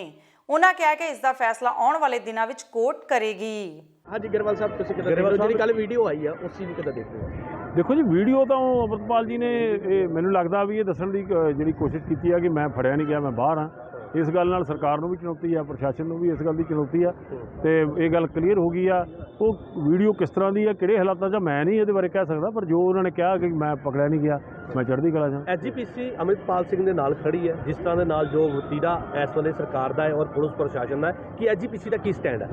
ਪਿਛਲੇ ਸਮੇਂ ਦੇ ਵਿੱਚ ਅੰਮ੍ਰਿਤਪਾਲ ਜੀ ਦੀ ਰਿਹਾਈ ਨੂੰ ਗ੍ਰਿਫਤਾਰ ਕਰਨ ਦੇ ਨਾਮ ਹੇਠ ਪੰਜਾਬ ਦੇ ਅੰਦਰ ਜੋ ਨੌਜਵਾਨਾਂ 'ਤੇ ਤਸ਼ੱਦਦ ਕੀਤਾ ਗਿਆ, ਨਜਾਇਜ਼ ਗ੍ਰਿਫਤਾਰੀਆਂ ਕੀਤੀਆਂ ਗਈਆਂ, ਉਸ ਦੇ ਅਸੀਂ ਡਟ ਕੇ ਖਿਲਾਫ ਹਾਂ।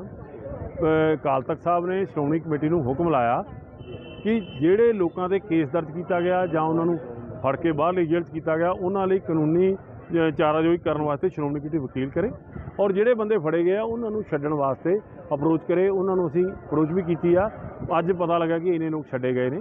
ਚੰਗੀ ਗੱਲ ਆ, ਮਾੜੀ ਗੱਲ ਨਹੀਂ। ਗਰੇਵਾਲ ਸਾਹਿਬ, ਜਿਸ ਢੰਗ ਦੇ ਨਾਲ ਜੋ ਹੁਣ ਤੱਕ ਹੋ ਚੁੱਕਿਆ ਅੰਮ੍ਰਿਤਪਾਲ ਸਿੰਘ ਨੂੰ ਲੈ ਕੇ ਜੋ ਬਿਆਨ ਸਾਹਮਣੇ ਆਏ ਨੇ, ਜੋ ਮੀਡੀਆ ਦੇ ਵਿੱਚ ਚਰਚਾਵਾਂ ਨੇ, ਜੋ ਪੁਲਿਸ ਪ੍ਰਸ਼ਾਸਨ ਕਹਿ ਰਹੀ ਹੈ ਸਬੂਤਾਂ ਦੇ ਆਧਾਰ ਤੇ ਐਨਐਸਏ ਲਾਤਾ, ਸਭ ਕੁਝ ਕਰਦਾ, ਕਿ ਐਸਜੀਪੀਸੀ ਦਾ ਇਸ ਵੇਲੇ ਕੀ ਸਟੈਂਡ ਹੈ ਕਿ ਭਾਈ ਅੰਮ੍ਰਿਤਪਾਲ ਸਿੰਘ ਦੇ ਨਾਲ ਖੜੇ ਨੇ, ਉਹ ਇਸ ਗੱਲ ਨੂੰ ਜਾਇਜ਼ ਮੰਨਦੇ ਨੇ ਜਾਂ ਕੀ ਤੁਹਾਡਾ ਐਸਜੀਪੀਸੀ ਦਾ? ਦੇਖੋ, ਇਸ ਗੱਲ ਦਾ ਫੈਸਲਾ ਤਾਂ ਆਉਣ ਵਾਲੇ ਦਿਨਾਂ ਵਿੱਚ ਕੋਰਟਾਂ ਕਰਨਗੀਆਂ।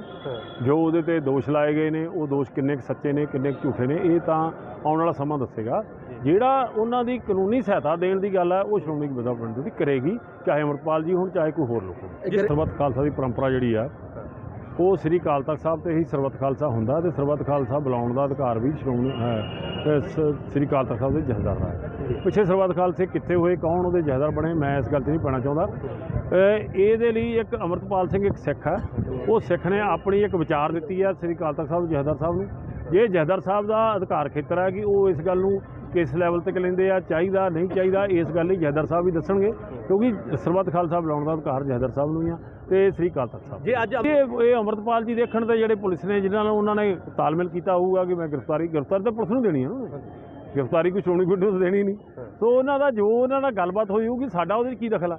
ਅਸੀਂ ਤਾਂ ਇੱਥੇ ਇੱਕ ਯਾਤਰੂ ਸ਼ਰਧਾਲੂ ਦੇ ਤੌਰ ਤੇ, ਕੋਈ ਵੀ ਇੱਥੇ ਆਉਂਦਾ, ਕੋਈ ਵੀ ਧਰਮ ਦਾ ਆਉਂਦਾ, ਕਿਸੇ ਵਰਗ ਦਾ ਵਰਣ ਦਾ ਆਉਂਦਾ, ਸਾਡੇ ਲਈ ਤਾਂ ਇੱਕ ਯਾਤਰੂ ਤੇ ਸ਼ਰਧਾਲੂ ਆ, ਉਹ ਆਏਗਾ ਮੱਥਾ ਟੇਕਣ। ਸਾਨੂੰ ਕੀ ਇਤਰਾਜ਼ ਆ? ਇੱਥੇ ਕਹਿੰਦੇ ਵੀ ਕਿ ਨਾ ਰਾਹੁਲ ਗਾਂਧੀ ਵੀ ਭੇਸ ਵਟਾ ਕੇ ਆਇਆ ਮੱਥਾ ਟੇਕਣ ਗਿਆ, ਅਸੀਂ ਰੋਕ ਲਿਆ ਕਿਸੇ ਨੂੰ? ਕਿਸੇ ਨੂੰ ਨਹੀਂ ਰੋਕਿਆ ਜਾ ਸਕਦਾ। ਕੋਈ ਵੀ ਇੱਥੇ ਆਉਂਦਾ ਵਾ, ਉਹ ਸਾਡੇ ਲਈ ਉਹ ਇੱਕ ਯਾਤਰੂ ਦੇ ਤੌਰ ਤੇ ਸਤਿਕਾਰਯੋਗ ਆ। ਉਹਨੇ ਸਰੈਂਡਰ ਕਰਨਾ, ਕਿਹਨੂੰ ਕਰਨਾ, ਕਦੋਂ ਕਰਨਾ, ਕਿੱਦਾਂ ਦਾ ਕਰਨਾ, ਕੀ ਸ਼ਰਤਾਂ ਰੱਖਣੀਆਂ, ਇਹ ਉਹਨਾਂ ਦਾ ਆਪਣਾ ਫੈਸਲਾ। ਪੰਜਾਬ ਦੇ ਸਾਬਕਾ ਕੈਬਨਿਟ ਮੰਤਰੀ ਗੁਰਕੀਰਤ ਸਿੰਘ ਕੋਟਲੀ ਨੇ ਪੰਜਾਬ ਦੇ ਲਗਾਤਾਰ ਵਿਗੜ ਰਹੇ ਹਾਲਾਤਾਂ ਲਈ ਸੂਬੇ ਦੀ ਆਪ ਸਰਕਾਰ ਨੂੰ ਜ਼ਿੰਮੇਵਾਰ ਦੱਸਿਆ। ਉਹਨਾਂ ਆਖਿਆ ਕਿ ਜੇਕਰ ਅੰਮ੍ਰਿਤਪਾਲ ਸਿੰਘ ਦੇ ਮਾਮਲੇ ਵਿੱਚ ਸਮਾਂ ਰਹਿੰਦੇ ਕਾਰਵਾਈ ਕੀਤੀ ਹੁੰਦੀ ਤਾਂ ਅੱਜ ਸੂਬੇ ਦੇ ਲੋਕਾਂ ਅੰਦਰ ਡਰ ਦਾ ਮਾਹੌਲ ਪੈਦਾ ਨਹੀਂ ਸੀ ਹੋਣਾ।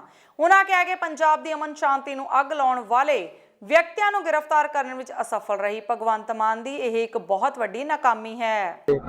ਔਰ ਜਿਹੜੇ ਲੋਕ ਜਿਨ੍ਹਾਂ ਨੇ ਪੰਜਾਬ ਦਾ ਮਾਹੌਲ ਖਰਾਬ ਕਰ ਰੱਖਿਆ, ਜ਼ਹਿਰ ਘੋਲ ਰੱਖਿਆ ਔਰ ਸ਼ਾਂਤਮਈ ਮਾਹੌਲ ਨੂੰ ਇੰਨੀ ਵੱਡੀ ਅੱਗ ਲਾ ਦਿੱਤੀ ਗਈ ਹੈ, ਉਹ ਜਿਹੜੇ ਅੱਜ ਹਫ਼ਤਾ ਹੋ ਗਿਆ ਉਹਨਾਂ ਲੋਕਾਂ ਦੀ ਕੋਈ ਗ੍ਰਿਫਤਾਰੀ ਨਹੀਂ ਹੁੰਦੀ ਔਰ ਉਹ ਬੇਖੌਫ ਜਿਹੜੇ ਨੇ ਉਹ ਸੜਕਾਂ ਤੇ ਘੁੰਮ ਰਹੇ ਨੇ ਔਰ ਸਰਕਾਰ ਜਿਹੜੀ ਹੈ ਨਾਕਾਮ ਸਾਬਤ ਹੋ ਰਹੀ ਹੈ। ਹਾਈ ਕੋਰਟ ਦੇ ਵਿੱਚ ਵੀ ਸਰਕਾਰ ਨੇ ਆਪਣੀ ਨਾਕਾਮੀ ਜਿਹੜੀ ਆ ਉਹ ਸ਼ੋਅ ਕੀਤੀ ਹੈ।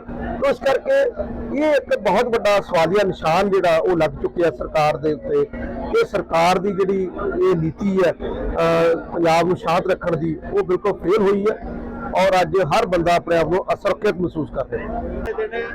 ਇੱਕ ਵੱਡਾ ਕੱਟ ਕਰਨ ਲਈ ਜਥੇਬੰਦੀਆਂ ਨੂੰ ਐਲਾਨ ਕੀਤਾ ਗਿਆ, ਉਹਨੂੰ ਕਿਵੇਂ ਦੇਖਦੇ? ਦੇਖੋ, ਇਹ ਜਿਹੜੇ ਅੰਮ੍ਰਿਤਪਾਲ ਵਰਗੇ ਲੋਕ ਨੇ, ਇਹ ਪੰਜਾਬ ਦੇ ਵਿੱਚ ਬਹੁਤ ਮਾੜਾ ਜਿਹੜਾ ਵਾ ਉਹ ਪੰਜਾਬ ਵਿੱਚ ਮਾਹੌਲ ਸਿਰਜਣ ਦੀ ਕੋਸ਼ਿਸ਼ ਵਿੱਚ ਨੇ।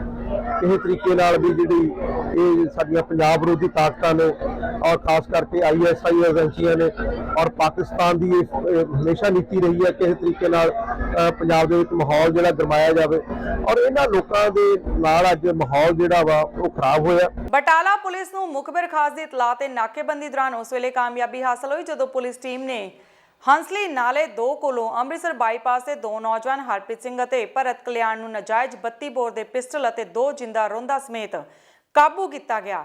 ਡੀਐਸਪੀ ਲਲਿਤ ਕੁਮਾਰ ਨੇ ਦੱਸਿਆ ਕਿ ਹਰਪ੍ਰੀਤ ਨਾਜਾਇਜ਼ ਪਿਸਟਲ ਉੱਤਰ ਪ੍ਰਦੇਸ਼ ਤੋਂ ਖਰੀਦ ਕੇ ਲਿਆ ਰਿਹਾ ਸੀ ਅਤੇ ਇਸ ਦੇ ਕੋਲੋਂ ਸੁਧੀਰ ਨੇ ਖਰੀਦ ਲਿਆ। ਇਸ ਹਰਪ੍ਰੀਤ ਸਿੰਘ ਸਨ ਆਫ ਤਲੋਚਨ ਸਿੰਘ ਵਾਸੀ ਚੰਡੀਗੜ੍ਹ ਬਟਾਲਾ ਜੀ, ਉਹਦੇ ਕੋਲੋਂ ਇੱਕ ਪਿਸਟਲ 32 ਬੋਰ ਬਰਾਮਦ ਹੋਇਆ। ਇਹ ਜਿਹੜਾ ਪਿਸਟਲ ਹੈ 10/2/23 ਨੂੰ ਲੈ ਕੇ ਆਇਆ ਸੀ ਇਹ ਬਹਿਰਾਮ ਯੂਪੀ ਤੋਂ ਜੀ।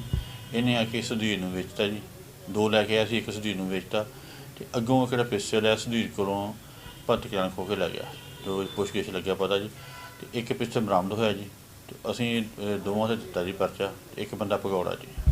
ਗੁਰਦਾਸਪੁਰ ਦੇ ਹਲਕਾ ਫਤਿਹਗੜ੍ਹ ਚੂੜੀਆਂ ਦੀ ਰੰਧਾਵਾ ਕਲੋਨੀ ਪਿਛਲੇ 5 ਸਾਲਾਂ ਤੋਂ ਚੱਲ ਰਹੀ ਭਾਰਤ ਫਾਈਨਾਂਸ ਕੰਪਨੀ ਦੇ ਦਫ਼ਤਰ ਵਿੱਚੋਂ ਸਵੇਰੇ ਕਰੀਬ 9:30 ਵਜੇ 2 ਬਾਈਕ ਸਵਾਰ ਲੁਟੇਰਿਆਂ ਨੇ ਪਿਸਤੌਲ ਦਿਖਾ ਕੇ ਕਰੀਬ 1,90,000 ਦੀ ਨਕਦੀ ਲੁੱਟ ਲਈ ਅਤੇ ਫਰਾਰ ਹੋ ਗਏ। ਫਾਈਨਾਂਸ ਕੰਪਨੀ ਦੇ ਦਫ਼ਤਰ ਵਿੱਚ ਲੁੱਟ ਦੀ ਵਾਰਦਾਤ ਸਮੇਂ ਸੀਸੀਟੀਵੀ ਵੀ ਬੰਦ ਸਨ। ਇਹ ਫਾਈਨਾਂਸ ਕੰਪਨੀ ਕਰੀਬ 5-6 ਸਾਲ ਤੋਂ ਚੱਲ ਰਹੀ ਹੈ ਇੱਥੇ, ਤੇ ਭਾਰਤ ਫਾਈਨਾਂਸ ਕੰਪਨੀ ਇਹਨਾਂ ਦੇ ਮੈਨੇਜਰ ਦਵਿੰਦਰ ਸਿੰਘ ਨੇ ਸਾਨੂੰ ਫੋਨ ਤੇ ਦੱਸਿਆ ਕਿ ਮੇਰੇ ਇੱਦਾਂ ਆਹ ਗੱਲ ਹੋ ਗਈ। ਫਿਰ ਮੌਕੇ 'ਤੇ ਅਸੀਂ ਪਹੁੰਚੇ ਆ, ਸਾਰੀਆਂ CCTV ਫੁਟੇਜ ਵੇਖੀਆਂ, ਕੈਮਰੇ ਵੀ ਇਹਨਾਂ ਦੇ ਬੰਦ ਸੀ। ਤੇ ਫਿਰ ਇਹਨਾਂ ਦੇ ਜਿਹੜੇ ਆ ਇਹਨਾਂ ਨੇ ਦੱਸਿਆ ਕਿ ਇਹਨਾਂ ਨੇ ਕੈਸ਼ ਕਾਊਂਟ ਕੀਤਾ ਤੇ 1,90,000 ਜਿਹੜੇ ਕਲੈਕਸ਼ਨ ਪੁਆਇੰਟ ਤੋਂ ਕਰਕੇ ਲਿਆਏ ਸੀ ਕੱਲ੍ਹ, ਕਰੀਬ 1,90,000 ਇਹਨਾਂ ਦਾ ਕੋਈ 4 ਅਣਪਛਾਤੇ ਬੰਦੇ ਜਿਹੜੇ ਖੋਹ ਕੇ ਲੈ ਗਏ ਪੈਸੇ। ਜਿਹੜਾ ਫੋਨ 2 ਲੈ ਗਏ ਸੀ, ਇੱਕ ਫੋਨ ਅਸੀਂ ਰਿਕਵਰੀ ਕਰ ਲਈ ਹੈ, ਜਿਹੜਾ ਉਹ ਸਾਨੂੰ ਗਾਂਹ ਜਾ ਕੇ ਖੇਤਾਂ 'ਚ ਮਜੀਠਾ ਰੋਡ ਤੇ ਗਾਂਹ 'ਚ ਮਿਲ ਗਿਆ। ਬਾਕੀ ਜਿਹੜੀ ਤਫਤੀਸ਼ ਜਾਰੀ ਹੈ। ਮਜੀਠਾ ਰੋਡ ਪੈਲੀਆਂ ਪੁੜੀਆਂ ਨੇ ਸੁੱਟ ਕੇ ਇਹਨਾਂ ਦਾ ਮੋਬਾਈਲ ਵੀ ਸਨੈਚ। ਇਹਨਾਂ ਦੇ ਮੁਤਾਬਕ 4-5 ਜਾਣੇ ਆਏ ਆ। CCTV ਫੁਟੇਜ ਸਾਨੂੰ ਆਈਆਂ ਮਿਲੀਆਂ, ਉਹ 'ਚ 2 ਬੰਦੇ 2 ਮੋਟਰਸਾਈਕਲ ਦਿਖਾਈ ਦਿੱਤੇ, 2 ਅਣਪਛਾਤੇ ਮੂੰਹ ਢੱਕੇ ਸੀ, ਫੇਸ ਕਵਰ ਸੀ ਉਹਨਾਂ ਦੇ। ਕਿਸ ਤਰ੍ਹਾਂ ਦਾ ਘਟਨਾ ਅੰਜਾਮ ਦਿੱਤਾ ਇਹਨਾਂ ਦੀ ਜੀ? ਇਨਵੈਸਟੀਗੇਸ਼ਨ ਚੱਲ ਰਹੀ ਹੈ, ਇਨਵੈਸਟੀਗੇਸ਼ਨ ਤੋਂ ਬਾਅਦ ਸਾਰਾ ਕੁਝ ਪਤਾ ਲੱਗੂਗਾ ਕੀ ਉਹਨਾਂ ਦਾ ਪ੍ਰੋਸੀਜਰ ਸੀ। ਅਤੇ ਇਹਨਾਂ ਦੇ ਕਹਿਣ ਦੇ ਮੁਤਾਬਕ 2 ਪਿਸਟਲ ਹੈ ਉਹਨਾਂ ਕੋਲ ਵੇਖੇ ਆ ਇਹਨਾਂ ਨੇ, ਪਿਸਟਲ ਦੀ ਨੋਕ ਨਾਲ ਇਹ ਜਿਹੜੀ ਆ ਵਾਰਦਾਤ ਹੋਈ ਆ। ਇੱਥੇ ਕਿੰਨੇ ਜਾਣੇ ਸੀਗੇ? ਇੱਥੇ ਉਦੋਂ ਐਟ ਪ੍ਰੈਜ਼ੈਂਟ ਇਹਨਾਂ ਦੇ ਕੋਲ 2 ਜਾਣੇ ਸੀ, ਇਹਨਾਂ ਦੇ ਮੈਨੇਜਰ ਉਤੋਂ ਮੈਨੇਜਰ ਤੋਂ ਸੀਨੀਅਰ 2 ਜਾਣੇ ਤੇ 2 ਨੌਕਰਾਣੀਆਂ ਸੀ ਪ੍ਰੈਜ਼ੈਂਟ। ਸ਼ੱਕ ਦੀ ਸੂਈ ਇਹਨਾਂ ਦੇ ਸਾਰੇ ਜਿਹੜਾ ਸਟਾਫ ਆ ਉਹਨਾਂ ਨੂੰ ਵੀ ਅਸੀਂ ਵੈਰੀਫਾਈ ਕਰ ਰਹੇ ਹਾਂ, ਹੋਰ ਵੀ ਜਿਹੜੇ ਸਸਪੈਕਟਡ ਬੰਦੇ ਦੱਸਦੇ ਆ ਉਹਨਾਂ ਨੂੰ ਵੀ ਵੈਰੀਫਾਈ ਕਰਨ ਦੇ ਆ। ਤੇ ਮੈਂ ਤੁਹਾਨੂੰ ਵਿਸ਼ਵਾਸ ਦਿਵਾਉਣਾ ਕਿ ਮੁਜਰਮ ਜਿਹੜਾ ਜਲਦ ਤੋਂ ਜਲਦ ਸਲਾਖਾਂ ਦੇ ਪਿੱਛੇ ਹੋਏਗਾ। ਠੀਕ। घटना इस तरह हुई है कि आज रिक्वायरमेंट ਸੀਗੀ तो ਅਸੀਂ ਸੋਚਿਆ कि वो रिक्वायरमेंट वास्ते आए हैं, तो उन्होंने जाके सीधे फिर पिस्टल लाता, अंदर ले गए, सारे गेट बंद करता। फिर उन्होंने दूजे रूम 'ਚ ले के गए जिथे कैश ਸੀਗਾ। उन्होंने पूछा भी है कि BCM कितने, तो ਇਹਦਾ मतलब माड़ा मोटा उन्होंने कुछ पता होना है, ठीक है जी। तो फिर अंदर जाके उन्होंने अलमारियाँ तोड़ी हैं, ਉਹਦੇ 'ਚ ਹੱਥ ਨਾਲ ਖਿੱਚੀ ਹੈ, ਹੱਥਾਂ ਨਾਲ ਹੀ ਤੋੜੀਆਂ ਜੀ। ਨਸ਼ਾ ਤਸਕਰਾਂ ਦਾ ਸਾਥ ਦੇਣ ਵਾਲੇ ਪੁਲਿਸ ਚੌਂਕੀ ਇੰਚਾਰਜ ਖਿਲਾਫ ਸਖਤ ਕਾਰਵਾਈ ਕਰਦਿਆਂ ਲੁਧਿਆਣਾ ਪੁਲਿਸ ਨੇ ਉਸ ਖਿਲਾਫ ਕੇਸ ਦਰਜ ਕਰਕੇ ਉਸ ਨੂੰ ਗ੍ਰਿਫਤਾਰ ਕਰ ਲਿਆ ਹੈ। ਇਹ ਕਾਰਵਾਈ ਪੁਲਿਸ ਥਾਣਾ ਸ਼ਿਮਲਾਪੁਰੀ ਵੱਲੋਂ ਨਸ਼ਾ ਤਸਕਰੀ ਦੇ ਦੋਸ਼ ਵਿੱਚ ਗ੍ਰਿਫਤਾਰ ਕੀਤੇ ਗਏ 2 ਦੋਸ਼ੀਆਂ ਤੋਂ ਪੁੱਛਗਿੱਛ ਦੌਰਾਨ ਮਿਲੀ ਜਾਣਕਾਰੀ ਦੇ ਆਧਾਰ ਤੇ ਕੀਤੀ ਗਈ ਹੈ, ਜਿਸ ਤੋਂ ਬਾਅਦ ਪੁਲਿਸ ਨੇ ਕਾਰਵਾਈ ਕਰਦੇ ਹੋਏ ਉਕਤ ASI ਦੇ ਖਿਲਾਫ ਥਾਣਾ ਸ਼ਿਮਲਾਪੁਰੀ 'ਚ ਭ੍ਰਿਸ਼ਟਾਚਾਰ ਰੋਕੋ ਕਾਨੂੰਨ ਅਤੇ NDPS ਐਕਟ ਤਹਿਤ ਮਾਮਲਾ ਦਰਜ ਕਰ ਲਿਆ। ਇੱਕ ਅਸੀਂ ਡਰੱਗ ਦੇ ਇਨਫੋਰਮੇਸ਼ਨ ਸੀ ਜਿਹਦੇ ਵਿੱਚ ਡਰੱਗ ਲੈ ਕੇ ਆ ਰਹੇ ਸੀ, ਤਾਂ ਉਹਦੇ ਵਿੱਚੋਂ 13 ਗ੍ਰਾਮ ਜਿਹੜੀ ਹੀਰੋਇਨ ਫੜੀ ਸੀ। ਤੇ ਉਹ ਇਨਫੋਰਮੇਸ਼ਨ ਇਹ ਵੀ ਸੀ ਵੀ ਇਹਨਾਂ ਨੂੰ ਸਾਡੇ ਜਿਹੜੇ ਚੌਂਕੀ ਇੰਚਾਰਜ ਜਿਹੜੇ ਬਸੰਤ ਪਾਰਕ ਹੈ ਥਾਣਾ ਸ਼ਿਮਲਾਪੁਰੀ ਦੇ ਵਿੱਚ, ਉਹਨਾਂ ਨੇ ਕੋਈ 20 ਦਿਨ ਪਹਿਲਾਂ ਇਸ ਆਦਮੀ ਨੂੰ ਫੜ ਕੇ ਤੇ ਛੱਡ ਦਿੱਤਾ ਸੀ ਤੇ ਉਹਦੇ ਤੋਂ 1 ਗ੍ਰਾਮ ਹੀਰੋਇਨ ਮਿਲੀ ਸੀ ਤੇ ਉਹਦੇ ਵਿੱਚ ਰਿਸ਼ਵਤ ਦੀ 1 ਲੱਖ ਰੁਪਇਆ ਮੰਗ ਕੀਤੀ ਗਈ ਸੀ। ਫਿਰ ਇਹਨਾਂ ਦਾ ਆਪਸ ਦੇ ਵਿੱਚ ਵੀ ਕਿਸੇ ਬੰਦੇ ਨੇ ਪੈ ਕੇ 70,000 ਰੁਪਏ ਦੇ ਵਿੱਚ ਰਾਜੀਨਾਮਾ ਕਰਵਾਤਾ ਤੇ ਉਹ 70,000 ਰੁਪਇਆ ASI ਜਰਨੈਲ ਸਿੰਘ ਨੇ ਬਤੌਰ ਰਿਸ਼ਵਤ ਲੈ ਕੇ ਉਸ ਦਿਨ ਬਿਨਾਂ ਕਾਰਵਾਈ ਕੀਤਿਆਂ ਛੱਡਤਾ। ਹੁਣ ਅਸੀਂ ਇਸ ਕੇਸ ਦੇ ਵਿੱਚ 2 ਜਾਣੇ ਜਿਹੜੇ ਹੈਗੇ ਆ ਜੋ ਕਿ ਜਲੰਧਰ ਤੋਂ ਲੈ ਕੇ ਆ ਰਹੇ ਸੀ ਹੀਰੋਇਨ, ਅੰਮ੍ਰਿਤਪਾਲ ਸਿੰਘ ਉਰਫ ਚੀਨੂ ਤੇ ਪ੍ਰਵਿੰਦਰ ਕੁਮਾਰ ਉਰਫ ਵਿੱਕੀ, ਇਹਨਾਂ ਨੂੰ ਤੇ ਇਹਦੇ ਵਿੱਚ ASI ਜਰਨੈਲ ਸਿੰਘ ਹੈ ਜਿਹੜੇ ਚੌਂਕੀ ਬਸੰਤ ਪਾਰਕ ਆ, ਉਹਨਾਂ ਨੂੰ ਅਸੀਂ ਸਾਰਿਆਂ ਨੂੰ ਅਰੈਸਟ ਕਰ ਲਿਆ। ਜਰਨੈਲ ਸਿੰਘ ਦੇ ਕਰਪਸ਼ਨ ਐਕਟ ਦੇ ਨਾਲ ਉਹਦੇ ਵਿੱਚ 59 NDPS ਐਕਟ ਹੈ ਜਿਹੜਾ ਕਿ ਕਿਸੇ ਨੂੰ ਮਿਲੀ ਭੁਗਤ ਕਰਕੇ ਜਿਹੜਾ ਕੋਈ ਫਾਇਦਾ ਪਹੁੰਚਾਉਣ ਲਈ ਉਹ ਕਰਦਾ, ਉਹ ਜਿਹੜਾ ਸਟ੍ਰਿਕਟ ਐਕਸ਼ਨ ਹੈ ਜਿਹੜਾ ਹੈਗਾ ਉਹ ਜਿਹੜਾ ਸੈਕਸ਼ਨਸ ਹੈ ਉਹ ਵੀ ਇਹਦੇ ਉੱਤੇ ਇਹਦੀਆਂ ਲਾਈਆਂ ਗਈਆਂ। ਤੇ ਅਸੀਂ ਇਹਦਾ ਜਰਨੈਲ ਦਾ ਰਿਮਾਂਡ ਲੈ ਕੇ ਅੱਗੇ ਵੀ ਪੁੱਛਗਿੱਛ ਕਰਾਂਗੇ ਤੇ ਇਹਦੀ ਇਹਦੇ ਨੋਨ ਸੋਰਸ ਆਫ ਇਨਕਮ ਅਸੀਂ ਇਹ ਵੀ ਚੈੱਕ ਕਰਾਂਗੇ ਵੀ ਜਿਹੜੇ ਇਹਦਾ ਲਾਈਫ ਸਟਾਈਲ ਸੀ ਤੇ ਇਹਦੀ ਹੋਰ ਇਨਕਮ ਦਾ ਸਾਧਨ ਸੀ। ਇਹਦੇ ਵਿੱਚ ਗਵਰਨਮੈਂਟ ਦੀ ਬੜੀ ਕਲੀਅਰ ਕੱਟ, ਡੀਜੀ ਪੰਜਾਬ ਦੀ ਬੜੀ ਕਲੀਅਰ ਕੱਟ ਡਾਇਰੈਕਸ਼ਨ ਹੈ ਵੀ ਡਰੱਗ ਦੇ ਵਿੱਚ ਕਿਸੇ ਵੀ ਮਿਲੀ ਭੁਗਤ ਕਿਸੇ ਵੀ ਲੈਵਲ ਤੇ ਬਰਦਾਸ਼ਤ ਨਹੀਂ ਕੀਤੀ ਜਾਊਗੀ, ਜਿਹਦੇ ਅਗੇਂਸਟ ਠੋਸ ਐਵੀਡੈਂਸ ਹੋਊਗਾ।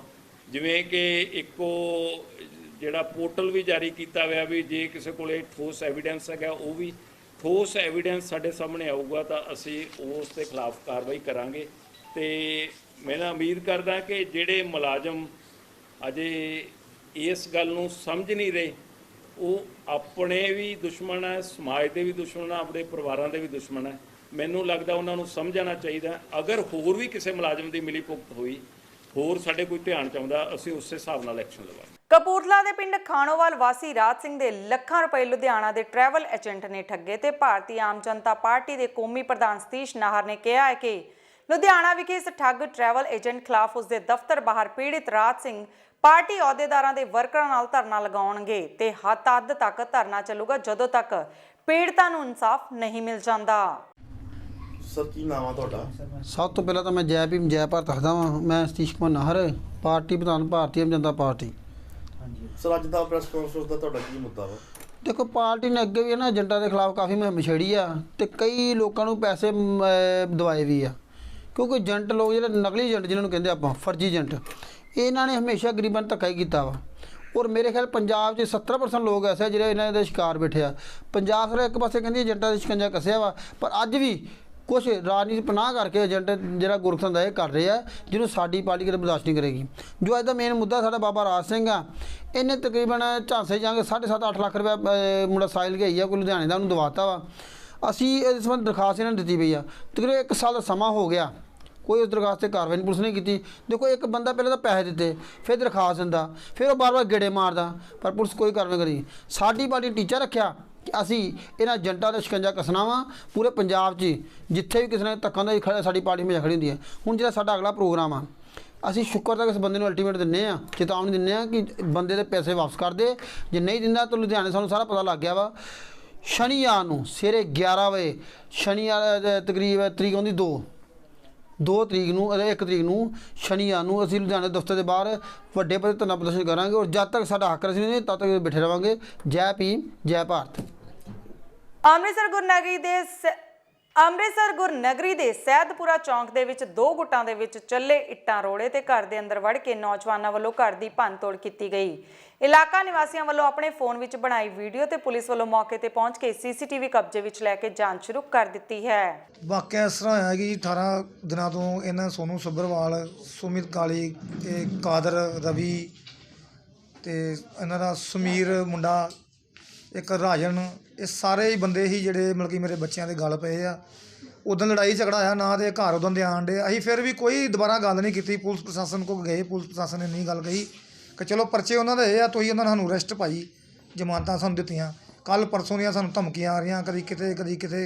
ਅੱਜ 14-15 ਮੁੰਡੇ ਆਏ ਆ। ਮੈਂ ਬੂਹੇ ਗਾੜੀ ਖਲੋਤਾ ਸੀ, ਮੇਰੀ ਨੂੰਹ ਰੋਟੀ ਬਣਾਉਂਦੀ ਆ ਘਰ, ਉਹਨੇ ਚਾਨੀ ਲਿਆਂਦੀ 12-13 ਗ੍ਰਾਮ ਦੀ ਚਾਨੀ ਲਿਆਈ ਕੱਲ੍ਹ ਪਰਸੋਂ। ਉਹ ਵੀ ਮੁੰਡੇ ਆਏ, ਦਾਤਰ ਹੱਥ 'ਚ, ਮੂਵੀਆਂ ਤੱਕ ਬਣੀਆਂ, ਸਭ ਕੁਝ ਦੇਖ ਲੈ ਪੁਲਿਸ ਆਈ ਆ। ਸਾਨੂੰ ਇਹੀ ਆ ਕਿ ਦੇਖੋ ਸਾਡਾ ਲੜਾਈ ਝਗੜਾ ਹੋਇਆ, ਪਰ ਇੱਦਾਂ ਸਾਡੇ ਘਰ ਵਿੱਚ ਕੋਈ ਆ ਕੇ ਹਮਲਾ ਕਰੇ, ਇਹ ਸਾਨੂੰ ਬਹੁਤ ਦੁੱਖ ਲੱਗਣ ਦਿਆ। ਕੀ ਵਾਕਿਆ ਹੈ? ਤੁਸੀਂ ਮੈਂ ਰਸ਼ਮੀ ਆਸ਼ੂ ਦੀ ਵਾਈਫ। ਸਾਡੇ ਘਰ ਮੈਂ ਖਾਣਾ ਬਣਾਉਂਦੀ ਪਈ, ਕੋਈ ਨਹੀਂ ਗਈ, ਬਾਹਰ ਡੈਡੀ ਬੈਠੇ ਸੀ ਤੇ ਇੱਕ ਸਾਡੀ ਗਲੀ ਦੇ ਥੋੜੇ ਅੰਕਲ ਰਹਿੰਦੇ ਨਾਲ, ਲਾਲੀ ਅੰਕਲ, ਉਹ ਖੜੇ ਸੀ ਤੇ ਇਹਨਾਂ ਨੇ ਅੰਦਰ ਆਂਦੇ ਬੋਤਲਾਂ ਚਲਾਉਣੀਆਂ ਸਟਾਰਟ ਕਰਤੀਆਂ ਤੇ ਉੱਤੋਂ ਹੱਥੋਂ ਪਾਈ ਕਰਨ ਲੱਗ ਗਏ ਅੰਦਰ ਆ ਕੇ। ਤੇ ਡੈਡੀ ਨੇ ਹੱਥੋਂ ਪਾਈ ਹੋਏ ਤੇ ਕਾਫੀ ਨੇ ਧੱਕੇ ਧੁੱਕੇ ਮਾਰੇ ਤੇ ਗਲੇ ਤੋਂ ਖਿੱਚ ਕੇ ਚਾਨੀ ਲੈ ਗਏ, ਨਾਲ ਸਾਡੀ LCD ਤੋੜ ਗਏ। ਸਾਨੂੰ ਇਨਸਾਫ ਚਾਹੀਦਾ ਜੀ। ਤੁਹਾਨੂੰ ਕਿੱਦਾਂ ਪਤਾ ਲੱਗਾ ਅੰਦਰ ਵੜ ਕੇ? ਦਰਵਾਜ਼ਾ ਖੁੱਲ੍ਹਾ ਸੀ? ਦਰਵਾਜ਼ਾ ਸਾਡਾ ਖੁੱਲ੍ਹਾ ਹੀ ਸੀ, ਇੱਕ ਸਾਈਡ ਤੋਂ ਲੋਕ ਹੁੰਦਾ, ਇੱਕ ਸਾਡਾ ਓਪਨ ਹੀ ਸੀਗਾ ਦਰਵਾਜ਼ਾ ਜੀ।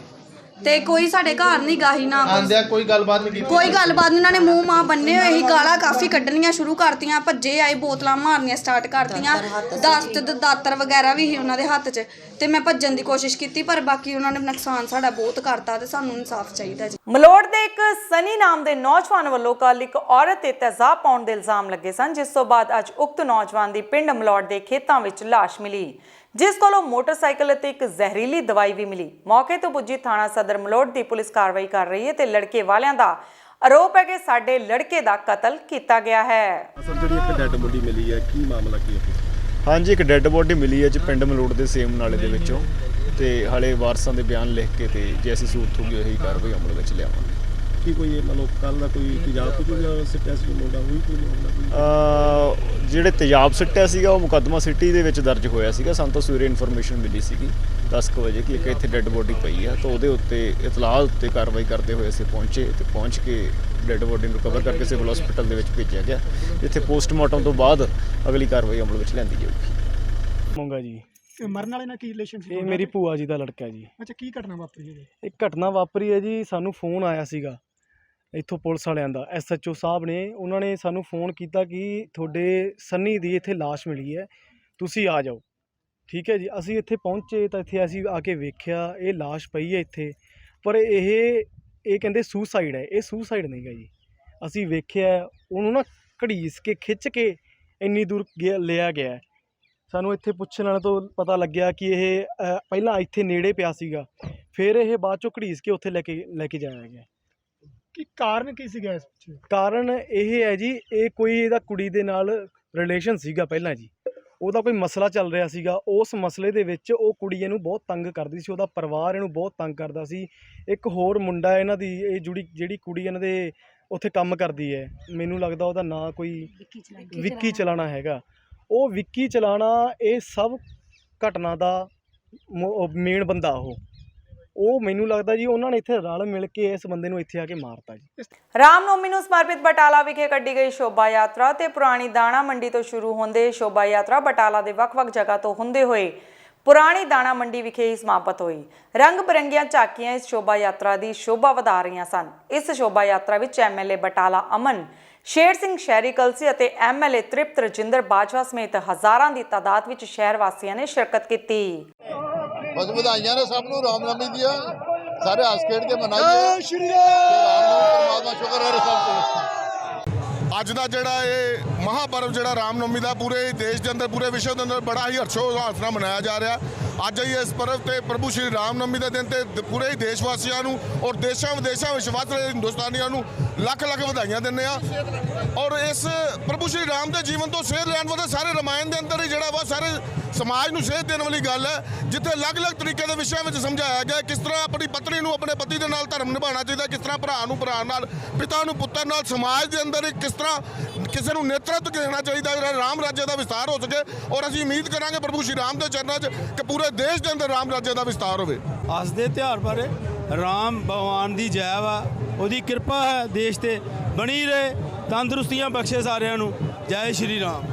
ਇਸ ਤਿਉਹਾਰ ਤੋਂ ਕੀ ਸੇਧ ਲੈਣੀ ਚਾਹੀਦੀ ਹੈ? ਇਸ ਤਿਉਹਾਰ ਤੋਂ ਸੇਧ ਇਹ ਲੈਣੀ ਚਾਹੀਦੀ ਹੈ ਵੀ ਇੱਕ ਜਿਸ ਤਰ੍ਹਾਂ ਉਹਨਾਂ ਦਾ ਰਾਜ ਪਾਠ ਰਿਹਾ ਵਾ, ਉਹਨਾਂ ਨੇ ਰਾਜੇ ਦਾ ਧਰਮ ਨਿਭਾਇਆ ਵਾ, ਪੁੱਤਰ ਦਾ ਧਰਮ ਨਿਭਾਇਆ ਵਾ, ਭਰਾ ਦਾ ਧਰਮ ਨਿਭਾਇਆ ਹੈ। ਅੱਜ ਤੱਕ ਯੁਗਾਂ ਤੋਂ ਦੁਨੀਆ ਉਹਨਾਂ ਤੋਂ ਪ੍ਰੇਰਨਾ ਲੈਂਦੀ ਆ ਰਹੀ ਹੈ ਤੇ ਸਾਡੇ ਸਮਾਜ ਵੀ ਉਹਨਾਂ ਤੋਂ ਪ੍ਰੇਰਨਾ ਲੈ ਕੇ ਅਸੀਂ ਸਾਰੇ ਯੁਵਾਵਾਂ ਅੱਗੇ ਬੇਨਤੀ ਕਰਨੇ ਆ ਵੀ ਨਸ਼ਿਆਂ ਤੋਂ ਦੂਰ ਹੋ ਕੇ ਆਪਣੇ ਧਰਮ ਦੇ ਨਾਲ ਜੁੜੀਏ ਤੇ ਇਕਮੁੱਠ ਹੋਈਏ। ਬਹੁਤ ਅੱਜ ਦਾ ਦਿਨ ਬਹੁਤ ਵੱਡਾ ਦਿਨ ਹੈ। ਰਾਮਨੌਮੀ ਦੀ ਸ਼ੋਭਾ ਯਾਤਰਾ ਸਾਡੇ ਬਟਾਲੇ ਦੇ ਵਿੱਚ ਅੱਗੇ ਵੀ ਬੜੀ ਧੂਮਧਾਮ ਨਾਲ ਇਸ ਦਿਨ ਨੂੰ ਬੜੇ ਮੈਂ ਕਹਿ ਸਕਦਾ ਖੁਸ਼ੀਆਂ ਭਰਿਆ ਥਾਂ ਥਾਂ ਤੇ ਲੰਗਰ ਔਰ ਸੰਗਤ ਦਾ ਬੇਅਥਾਹ ਪਿਆਰ ਜਿਹੜਾ ਇਸ ਦਿਨ ਨੂੰ ਦੇਖਣ ਨੂੰ ਨਜ਼ਰ ਆਉਂਦਾ ਹੈ। ਔਰ ਅੱਜ ਦੇ ਦਿਨ ਰਾਮ ਜੀ ਦਾ ਜਿਹੜਾ ਜਨਮ ਹੋਇਆ ਸੀ ਔਰ ਜੋ ਉਹਨਾਂ ਦੇ ਬਜ਼ੁਰਗਾਂ ਨੇ ਉਹਨਾਂ ਨੂੰ ਦਿਸ਼ਾ ਦਿਖਾਈ, ਜੇ ਉਹਨਾਂ ਨੂੰ ਬਨਵਾਸ ਵੱਲੋਂ ਗੱਲ ਕੀਤੀ ਤੇ ਉਹ ਬਨਵਾਸ ਵੱਲੋਂ ਤੁਰ ਪਏ।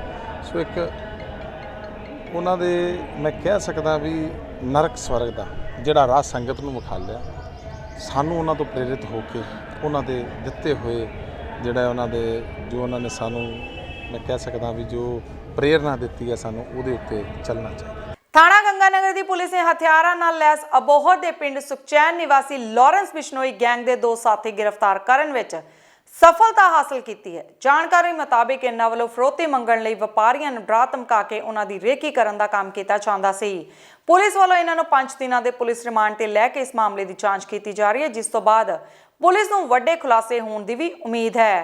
ਪੇਸ਼ ਹੈ ਅਬੋਹਰ ਤੋਂ ਸਾਡੇ ਪੱਤਰਕਾਰ ਗੁਰਨਾਮ ਸੰਧੂ ਦੀ ਇਹ ਰਿਪੋਰਟ। ਅਸੀਂ ਕਣਕ ਦਾ ਸਾਡੇ ਦਾ ਬੁਰਾ ਹਾਲ ਹੋ ਗਿਆ। ਪਹਿਲਾਂ ਮੀਂਹ ਪਿਆ ਉਦੋਂ ਸਾਰੀ ਥੱਲੇ ਪੈ ਗਈ ਹੈ। ਹੁਣ ਅਸੀਂ ਅੱਜ ਫਿਰ ਮੀਂਹ ਚੱਲ ਪਿਆ ਪੂਰਾ ਸਾਡੀਆਂ ਫਸਲਾਂ ਤਬਾਹ ਹੋ ਗਈਆਂ ਜੀ। ਬਾਗ ਆ ਸਾਡੇ, ਦੇਖੋ ਤੁਸੀਂ, ਬਾਗ ਦਾ ਫਰੂਟ ਸੀਗਾ, ਉਹਦਾ ਇੰਨਾ ਨੁਕਸਾਨ ਹੋ ਗਿਆ। ਆ ਕਣਕ ਤਾਂ ਸਾਡੀ ਜਮਾਂ ਗਈ, ਹੁਣ ਸਾਡਾ ਦਿਲ ਹੀ ਨਹੀਂ ਕਰਦਾ ਖੇਤ ਆ ਜੀ ਅਸੀਂ। ਤੇ ਸਾਨੂੰ ਕੋਈ ਨਾ ਕੁਛ ਸਰਕਾਰ ਆ ਕੇ ਦੇਖੇ, ਕੋਈ ਗਰਦੌਰੀ ਕਰੇ ਆਵੇ ਜੀ, ਸੰਭਾਲੇ, ਕੋਈ ਅਫਸਰ ਆਉਣ ਵੇਖਣ ਦਾ ਸੀ ਆ ਕੇ ਸਾਨੂੰ। ਜਿਹੜੀ ਬਹੁਤ ਤੇਜ਼ ਬਾਰਿਸ਼ ਹੋਈ ਹੈ ਜੀ, ਕੀ ਕਹਿਣਾ ਚਾਹੋਗੇ ਜੀ? ਸਰ ਅਸੀਂ ਤਾਂ ਇਹ ਕਹਿਣਾ ਚਾਹਾਂਗੇ ਜੀ, ਦੇਖੋ ਜੀ, ਇਹ ਜ਼ਿਮੀਂਦਾਰ ਜਿਹੜਾ ਬੰਦਾ ਹੈਗਾ, ਇਹ ਇਹਨਾਂ ਦੇ ਉੱਤੇ ਆਧਾਰਿਤ ਹੈਗਾ ਤੇ ਹਿਸਾਬ ਲਾ ਲਓ 60-70 ਹਜ਼ਾਰ ਰੁਪਏ ਜ਼ਮੀਨਾਂ ਦਾ ਠੇਕਾ ਹੈਗਾ ਤੇ ਲੱਖਾਂ ਰੁਪਏ ਦੀਆਂ ਸਪਰੇਆਂ ਹੋ ਗਈਆਂ। ਉਹਦੇ ਬਾਵਜੂਦ ਰੱਬ ਇੰਨਾ ਮਤਲਬ ਬੇਈਮਾਨ ਹੋ ਗਿਆ ਵੀ ਸਾਰਾ ਬੇੜਾ ਹੀ ਗਰਕ ਕਰਤਾ ਜੀ ਫਸਲਾਂ ਦਾ। ਸਰਕਾਰ ਅੱਗੇ ਹੱਥ ਜੋੜ ਕੇ ਬੇਨਤੀ ਹੈ ਜੀ ਵੀ ਸਾਡੀ ਵੱਧ ਤੋਂ ਵੱਧ ਮਦਦ ਕੀਤੀ ਜਾਵੇ, ਤਾਂ ਜੋ ਅਸੀਂ ਵੀ ਆ ਜਿਹੜਾ ਘੱਟੋ ਘੱਟ ਜਿਹੜਾ ਲੱਗਿਆ ਖਰਚਾ ਇਹ ਤਾਂ ਪੂਰਾ ਹੋ ਜੇ, ਨਹੀਂ ਤਾਂ ਜੀ ਸਾਡੇ ਤਾਂ ਸੜਕ ਤੇ ਆਉਣ ਤੋਂ ਵਾਲੇ ਆਸਾਰ ਹੋਏ ਪਏ। ਇਹਦਾ ਸਰਕਾਰ ਨੂੰ ਚਾਹੀਦਾ ਜੀ ਫੁੱਲ ਮੁਆਵਜ਼ਾ ਦੇਵੇ ਜ਼ਿਮੀਂਦਾਰਾਂ ਨੂੰ। ਬਾਗਾਂ ਦਾ ਵੀ ਨੁਕਸਾਨ ਹੋਇਆ ਜੀ, ਬਾਗ ਵੀ ਕਿੰਨੂ ਹੈ ਜਿਹੜਾ ਉਹ ਕੀੜਾ ਹੋ ਕੇ ਡਿੱਗੀ ਜਾਂਦਾ ਜੀ। ਬਾਕੀ ਹੁਣ ਗੜਿਆਂ ਦੀ ਮਾਰਚ ਵੀ ਆ ਗਿਆ ਜੀ, ਜਿਹੜੇ ਦਾਣੇ ਕਾਲੇ ਹੋ ਗਏ, ਮਤਲਬ ਉਹ ਤਾਂ ਬੇਕਾਰ ਹੋ ਗਏ ਜੀ ਜਮ। ਇਸ ਕਰਕੇ ਫਸਲਾਂ ਇਹਦਾ ਬਾਗਾਂ ਦਾ ਵੀ ਬਹੁਤ ਨੁਕਸਾਨ ਹੈ, ਕਣਕਾਂ ਦਾ ਤਾਂ ਬਹੁਤ ਹੀ ਜ਼ਿਆਦਾ ਨੁਕਸਾਨ ਹੈ। ਮੰਗ ਕੀ ਕਰਦੇ ਹੋ ਫਿਰ? ਮੰਗ ਅਸੀਂ ਇਹ ਕਰਦੇ ਹਾਂ ਵੀ ਸਾਨੂੰ ਜੀ ਵੱਧ ਤੋਂ ਵੱਧ ਮੁਆਵਜ਼ਾ ਦਿੱਤਾ ਜਾਵੇ। ਦੇਸ਼ ਭਰ ਵਿੱਚ ਨਵਰਾਤਰਿਆਂ ਦੇ ਮੌਕੇ ਤੇ ਇੱਥੇ ਕੰਜਕ ਦੀ ਪੂਜਾ ਕੀਤੀ ਜਾਂਦੀ ਹੈ। ਇਸੇ ਤਰ੍ਹਾਂ ਹੁਸ਼ਿਆਰਪੁਰ ਅਧੀਨ ਪੈਂਦੇ ਪਿੰਡ ਬੇਡਿੰਗ 'ਚ ਇੱਕ ਕਲਯੁਗੀ ਪਿਤਾ ਵੱਲੋਂ ਆਪਣੀ 16 ਸਾਲਾਂ ਧੀ ਅਤੇ 10 ਸਾਲਾਂ ਧੀ ਨੂੰ ਜਿੰਦਾ ਸਾੜਨ ਦਾ ਮਾਮਲਾ ਸਾਹਮਣੇ ਆਇਆ ਹੈ। ਜਾਣਕਾਰੀ ਅਨੁਸਾਰ ਪਿੰਡ ਬੇਡਿੰਗ ਦੀ ਰਹਿਣ ਵਾਲੀ ਵਿਦਿਆ ਰਾਮ ਦਾ ਅਕਸਰ ਘਰ ਵਿੱਚ ਝਗੜਾ ਰਹਿੰਦਾ ਸੀ, ਜਿਸ ਕਾਰਨ ਉਸਨੇ ਘਰੇਲੂ ਕਲੇਸ਼ ਕਾਰਨ ਆਪਣੀਆਂ ਦੋਵੇਂ ਬੇਟੀਆਂ ਤੇ ਪੈਟਰੋਲ ਛਿੜਕ ਕੇ ਅੱਗ ਲਗਾ ਦਿੱਤੀ, ਜਿਸ ਕਾਰਨ ਦੋਵੇਂ ਭੈਣਾਂ ਸਚਿਤਾ ਅਤੇ ਸਰਿਤਾ ਬੁਰੀ ਤਰ੍ਹਾਂ ਨਾਲ ਝੁਲਸ ਗਈਆਂ, ਜਿਨ੍ਹਾਂ ਨੂੰ ਪਹਿਲਾਂ BBMB ਹਸਪਤਾਲ ਦਾਖਲ ਕਰਵਾਇਆ ਗਿਆ, ਜਿੱਥੇ ਦੋਵਾਂ ਦੀ ਹਾਲਤ ਗੰਭੀਰ ਹੋਣ ਕਾਰਨ PGI ਚੰਡੀਗੜ੍ਹ ਰੈਫਰ ਕਰ ਦਿੱਤਾ ਗਿਆ। ਪੁਲਿਸ ਨੇ ਮੁਲਜ਼ਮਾਂ ਨੂੰ ਹਿਰਾਸਤ ਵਿੱਚ ਲੈ ਕੇ ਅੱਜ ਅਦਾਲਤ ਵਿੱਚ ਪੇਸ਼ ਕਰ ਹੁਸ਼ਿਆਰਪੁਰ ਜੇਲ੍ਹ ਭੇਜ ਦਿੱਤਾ ਹੈ। ਸਾਰੇ ਇੱਕ ਵਿਦਿਆ ਰਾਮ ਇਹ ਪਿੰਡ ਬੇੜ ਦਾ ਨਿਵਾਸੀ ਸੀ। ਇਹਦੀਆਂ ਦੋ ਲੜਕੀਆਂ ਸੀ। ਇਹਦੀਆਂ ਦੋ ਲੜਕੀਆਂ ਸੰਚਿਤਾ ਤੇ ਸ਼ਰਿਤਾ, ਜਿਹੜੀਆਂ ਕਿ ਸਕੂਲ 'ਚ ਪੜ੍ਹਦੀਆਂ ਸੀ, ਪੜ੍ਹਾਈ ਕਰਦੀਆਂ ਸੀ। ਇਹ ਝਗੜਾਲੂ ਕਿਸਮ ਦਾ ਵਿਅਕਤੀ ਹੈ। ਇਹ ਘਰ ਵਿੱਚ ਪਹਿਲਾਂ ਵੀ ਕਲੇਸ਼ ਕਰਦਾ ਸੀ ਬਹੁਤ ਜ਼ਿਆਦਾ। ਇਹਨੇ ਆਪਣੀਆਂ ਲੜਕੀਆਂ ਦੇ ਉੱਤੇ ਪੈਟਰੋਲ ਛਿੜਕ ਕੇ ਉਹਨਾਂ ਨੂੰ ਅੱਗ ਲਗਾਤੀ, ਉਹਨਾਂ ਦਾ ਚਿਹਰਾ ਖਰਾਬ ਕਰਤਾ। ਪਹਿਲਾਂ ਉਹਨਾਂ ਨੂੰ ਇਲਾਜ ਲਈ BBMB ਹਸਪਤਾਲ ਆਉਂਦਾ ਸੀ, ਉਸ ਤੋਂ ਬਾਅਦ ਚਿਹਰੇ ਇਲਾਜ ਲਈ PGI ਚੰਡੀਗੜ੍ਹ ਦਾਖਲ ਕਰਵਾਇਆ ਗਿਆ। ਇਸ ਦੇ ਖਿਲਾਫ ਮੁਕੱਦਮਾ ਨੰਬਰ 26 ਮਿਤੀ 29/3/23 ਅੰਡਰ ਸੈਕਸ਼ਨ 307, 506, 509 IPC ਦਰਜ ਰਜਿਸਟਰ ਕੀਤਾ ਗਿਆ ਥਾਣਾ ਤਲਵਾੜਾ ਵਿਖੇ, ਜਿਸ ਨੂੰ ਅਰੈਸਟ ਕਰਕੇ ਮਾਣਯੋਗ ਅਦਾਲਤ ਦੇ ਹੁਕਮਾਂ ਅਨੁਸਾਰ ਜੁਡੀਸ਼ੀਅਲ ਜੇਲ੍ਹ ਹੁਸ਼ਿਆਰਪੁਰ ਬੰਦ ਕੀਤਾ ਗਿਆ। ਕੋਈ ਕਾਰਨ ਇਸਨੇ ਕੀ ਕਾਰਨ ਸੀਗਾ? ਕਾਰਨ ਇਹ ਝਗੜਾਲੂ ਕਿਸਮ ਦਾ ਵਿਅਕਤੀ ਹੈ ਪਹਿਲਾਂ ਹੀ, ਤੇ ਹਰ ਟਾਈਮ ਘਰ ਵਿੱਚ ਝਗੜਾ ਰੱਖਦਾ ਸੀ। ਆਪਣੀ ਪਤਨੀ ਨਾਲ ਵੀ ਝਗੜਾ ਰਹਿੰਦਾ ਸੀ, ਇਹਦਾ ਬੱਚਿਆਂ ਨਾਲ ਵੀ ਹਰ ਟਾਈਮ ਝਗੜਾ ਕਰਦਾ ਸੀ। ਅੱਜ 30 ਮਾਰਚ 2023 ਨੂੰ ਮੁੱਖ ਚੋਣ ਕਮਿਸ਼ਨਰ ਹਰਿੰਦਰਪਾਲ ਸਿੰਘ ਹੈਰੀ ਦੀ ਪ੍ਰਧਾਨਗੀ ਵਿੱਚ ਮੀਟਿੰਗ ਹੋਈ, ਜਿਸ ਵਿੱਚ ਮੋਹਾਲੀ ਪ੍ਰੈਸ ਕਲੱਬ ਦੀਆਂ ਸਾਖ 2023-2024 ਦੀਆਂ ਚੋਣਾਂ ਲੜਨ ਵਾਲੇ ਉਮੀਦਵਾਰਾਂ ਦੇ ਨਤੀਜੇ ਘੋਸ਼ਿਤ ਕੀਤੇ ਗਏ। ਕਿਉਂਕਿ 21 ਪੈਨਲ ਵੱਲੋਂ ਕੱਲ 9 ਉਮੀਦਵਾਰ ਸਨ ਤੇ ਇਸ ਲਈ ਇਹਨਾਂ ਨੂੰ ਨਿਰਵਿਰੋਧ ਜੇਤੂ ਕਰਾਰ ਦਿੱਤਾ ਗਿਆ। ਇਸ ਮੌਕੇ ਪ੍ਰਧਾਨ ਸਰਦਾਰ ਗੁਰਮੀਤ ਸਿੰਘ ਸ਼ਾਹੀ, ਜਨਰਲ ਸਕੱਤਰ ਸੁਖਦੇਵ ਸਿੰਘ ਪਟਵਾਰੀ, ਸੀਨੀਅਰ ਮੀਤ ਪ੍ਰਧਾਨ ਸਰਦਾਰ ਮਨਜੀਤ ਸਿੰਘ, ਮੀਤ ਪ੍ਰਧਾਨ ਸੁਸ਼ੀਲ ਗਰਚਾ, ਮੀਤ ਪ੍ਰਧਾਨ ਸ਼੍ਰੀ ਵਿਜੇ ਕੁਮਾਰ, ਜਥੇਬੰਦਕ ਸਕੱਤਰ ਸ਼੍ਰੀ ਰਾਜਕੁਮਾਰ ਅਰੋੜਾ, ਜੁਆਇੰਟ ਸਕੱਤਰ ਸ਼੍ਰੀ ਮਾਇਆ ਰਾਮ, ਜੁਆਇੰਟ ਸਕੱਤਰ ਸ਼੍ਰੀਮਤੀ ਨੀਲਮ ਕੁਮਾਰੀ ਠਾਕੁਰ, ਕੈਸ਼ੀਅਰ ਸ਼੍ਰੀ ਰਾਜੀਵ ਤਨੇਜਾ ਨੂੰ ਚੁਣਿਆ ਗਿਆ। ਇਹ 9 ਉਮੀਦਵਾਰ ਮੋਹਾਲੀ ਪ੍ਰੈਸ ਕਲੱਬ ਲਈ ਸਾਲ 2023-2024 ਲਈ ਸੇਵਾਵਾਂ ਆਪਣੀਆਂ ਨਿਭਾਉਣਗੇ। ਚੋਣ ਕਮਿਸ਼ਨ ਵੱਲੋਂ ਕਲੱਬ ਦੀ ਚੋਣ ਵਿੱਚ ਸਹਿਯੋਗ ਦੇਣ ਲਈ ਸਮੂਹ ਮੈਂਬਰਾਂ ਦਾ ਧੰਨਵਾਦ ਵੀ ਕੀਤਾ ਗਿਆ। ਅਬੋਹਰ ਦੇ ਲੋਕ ਖਾਣ ਪੀਣ ਦੇ ਸ਼ੌਕੀਨ ਹਨ ਤੇ ਉਹਨਾਂ ਦੇ ਇਸ ਸ਼ੌਂਕ ਨੇ ਅਬੋਹਰ ਨੂੰ ਨਾ ਸਿਰਫ ਆਲੇ ਦੁਆਲੇ ਦੇ ਸ਼ਹਿਰਾਂ ਵਿੱਚ ਸਗੋਂ ਪੰਜਾਬ, ਰਾਜਸਥਾਨ ਅਤੇ ਹਰਿਆਣਾ ਵਿੱਚ ਵੀ ਇੱਕ ਵੱਖਰੀ ਪਹਿਚਾਣ ਦਿੱਤੀ ਹੈ। ਅਬੋਹਰ ਦੇ ਲੋਕਾਂ ਨੇ ਇਸ ਸ਼ੌਂਕ ਨੂੰ ਵੱਖਰੇ ਤਰੀਕੇ ਨਾਲ ਪੂਰਾ ਕਰਨ ਲਈ 2 ਮਹਿਲਾ ਦੋਸਤਾਂ ਕਮਲਜੀਤ ਕੌਰ ਅਤੇ ਮਨਪ੍ਰੀਤ ਕੌਰ ਨੇ ਪਰਿਵਾਰਕ ਜ਼ਿੰਮੇਵਾਰੀਆਂ ਦੇ ਨਾਲ-ਨਾਲ ਅਬੋਹਰ ਦੀ ਨਵੀਂ ਸੜਕ ਤੇ ਕੁਲਚਾ ਨੇਸ਼ਨ ਦੀ ਸ਼ੁਰੂਆਤ ਕੀਤੀ ਗਈ, ਜਿਸ ਦਾ ਉਦਘਾਟਨ ਅੱਜ ਇਨਰ ਵੀਲ ਕਲੱਬ ਅਬੋਹਰ ਦੀ ਮੁਖੀ ਮੈਡਮ ਇਨਾਇਤ ਵਿਧੀ ਨੇ ਰਿਬਨ ਕੱਟ ਕੇ ਕੀਤਾ। ਅੰਮ੍ਰਿਤਸਰੀ ਕੁਲਚੇ ਦੇ ਨਾਲ-ਨਾਲ ਕੁਲਚੇ ਦੀਆਂ ਹੋਰ ਵੀ ਕਈ ਕਿਸਮਾਂ, ਖਾਸ ਕਰਕੇ ਆਟੇ ਨਾਲ ਬਣੇ ਕੁਲਚੇ ਨੂੰ ਕੁਲਚਾ ਕੌਮ ਤੇ ਪ੍ਰਦਰਸ਼ਿਤ ਕੀਤਾ ਜਾ ਰਿਹਾ ਹੈ। ਪੇਸ਼ ਹੈ ਅਬੋਹਰ ਤੋਂ ਸਾਡੇ ਪੱਤਰਕਾਰ ਗੁਰਨਾਮ ਸੰਧੂ ਦੀ ਇਹ ਰਿਪੋਰਟ। ਮੈਨੂੰ ਤਾਂ ਬਹੁਤ ਹੀ ਅੱਛਾ ਲੱਗਾ, ਬਹੁਤ ਹੀ ਖੁਸ਼ੀ ਦੀ ਗੱਲ ਹੈ ਕਿ ਲੇਡੀਜ਼ ਹੁਣ ਰੈਸਟੋਰੈਂਟ ਵੀ ਰਨ ਕਰ ਰਹੇ हैं। ਇਹ ਮੇਰੇ ਖਿਆਲ ਅਬੋਰ 'ਚ ਪਹਿਲੀ ਵਾਰੀ ਸ਼ੁਰੂਆਤ ਹੋਈ ਹੈ ਇਸ ਚੀਜ਼ ਦੀ, ਤੇ and I am very happy and I am very obliged ਕਿ ਮੈਨੂੰ ਅੱਜ ਇਹ ਮੌਕਾ ਮਿਲਿਆ ਇੱਥੇ ਆਉਣ ਦਾ ਔਰ ਇਨੋਗ੍ਰੇਸ਼ਨ ਕਰਨ ਦਾ। My heartiest congratulations to them and best wishes for them। ਬਾਕੀ ਐਜੂਕੇਸ਼ਨ ਵਿੱਚ ਤਾਂ ਲੇਡੀਜ਼ ਅੱਗੇ ਹੈ ਹੀ, ਸਪੋਰਟਸ ਵਿੱਚ ਵੀ ਹੈ, but as an entrepreneur it's a very good achievement for us women. Punjab ਸਰਕਾਰ ਨੇ ਫਿਰ 2023-2024 ਵਿੱਚ ਮੰਡੀਆਂ ਵਿੱਚ ਲੋਡਿੰਗ ਅਤੇ ਅਨਲੋਡਿੰਗ ਲਈ ਆਨਲਾਈਨ ਟੈਂਡਰ ਪ੍ਰਕਿਰਿਆ ਕੀਤੀ ਹੈ, ਜੋ ਕਿ ਬਹੁਤ ਘੱਟ ਰੇਟ ਤੇ ਕੀਤੀ ਗਈ, ਜਿਸ ਕਾਰਨ ਮਜ਼ਦੂਰਾਂ ਨੂੰ ਭਾਰੀ ਨੁਕਸਾਨ ਹੋਵੇਗਾ। ਮਜ਼ਦੂਰਾਂ ਦਾ ਕਹਿਣਾ ਹੈ ਕਿ ਮਜ਼ਦੂਰੀ ਵਧਾਈ ਜਾਵੇ। ਬਾਹਰੀ ਪਾਰਟੀਆਂ ਵੱਲੋਂ ਟੈਂਡਰ ਭਰੇ ਗਏ ਹਨ, ਜਦੋਂ ਕਿ ਵਰਕਰਾਂ ਦੇ ਹਿੱਤ ਵਿੱਚ ਮਾਣਯੋਗ ਸਰਕਾਰ ਵੱਲੋਂ ਇੱਕ ਟੈਂਡਰਾਂ ਸੰਬੰਧੀ ਅੱਜ ਇਨ੍ਹਾਂ ਟੈਂਡਰਾਂ ਸੰਬੰਧੀ ਸੈਂਕੜੇ ਵਰਕਰਾਂ ਨੇ ਮੋਗਾ ਦੀ ਵਿਧਾਇਕਾ ਅਮਨਦੀਪ ਕੌਰ ਅਰੋੜਾ ਨੂੰ ਮਦਦ ਦੀ ਅਪੀਲ ਕੀਤੀ ਤਾਂ ਜੋ ਉਹਨਾਂ ਨਾਲ ਗੱਲਬਾਤ ਕੀਤੀ ਜਾ ਸਕੇ। ਟੈਂਡਰ ਹਰ ਸਾਲ ਦੀ ਤਰ੍ਹਾਂ ਹੁੰਦੇ ਆ, ਪਿਛਲੀਆਂ ਸਰਕਾਰਾਂ ਵੀ ਕਰਾਉਂਦੀਆਂ ਸੀ ਜੀ। ਇਸ ਕਰਕੇ MLA ਸਾਹਿਬ ਦੇ ਅਮਨਦੀਪ ਅਰੋੜਾ ਜੀ ਦੇ ਅਸੀਂ ਦਰਬਾਰ ਆਏ ਹਾਂ। ਇਹਨਾਂ ਦੀ ਮਿਹਨਤ ਕਰਨਾ ਇਹ ਹੈ ਕਿ ਜਿਹੜੇ ਅੱਗੇ ਅਸੀਂ 2.5 ਰੁਪਏ ਗੱਟਾ ਲੈਂਦੇ ਸੀ ਜੀ, ਅੱਜ ਉਹ ਸਿਰਫ 2 ਰੁਪਏ ਗੱਟੇ ਤੇ ਕੋਈ ਟੈਂਡਰ ਲੈ ਗਿਆ, ਕਿਉਂਕਿ ਟੈਂਡਰ ਆਨਲਾਈਨ ਹੈ ਜੀ, ਕੋਈ ਵੀ ਪਾ ਸਕਦਾ, ਇਹਦੇ 'ਚ ਕੋਈ ਗੱਲ ਨਹੀਂ।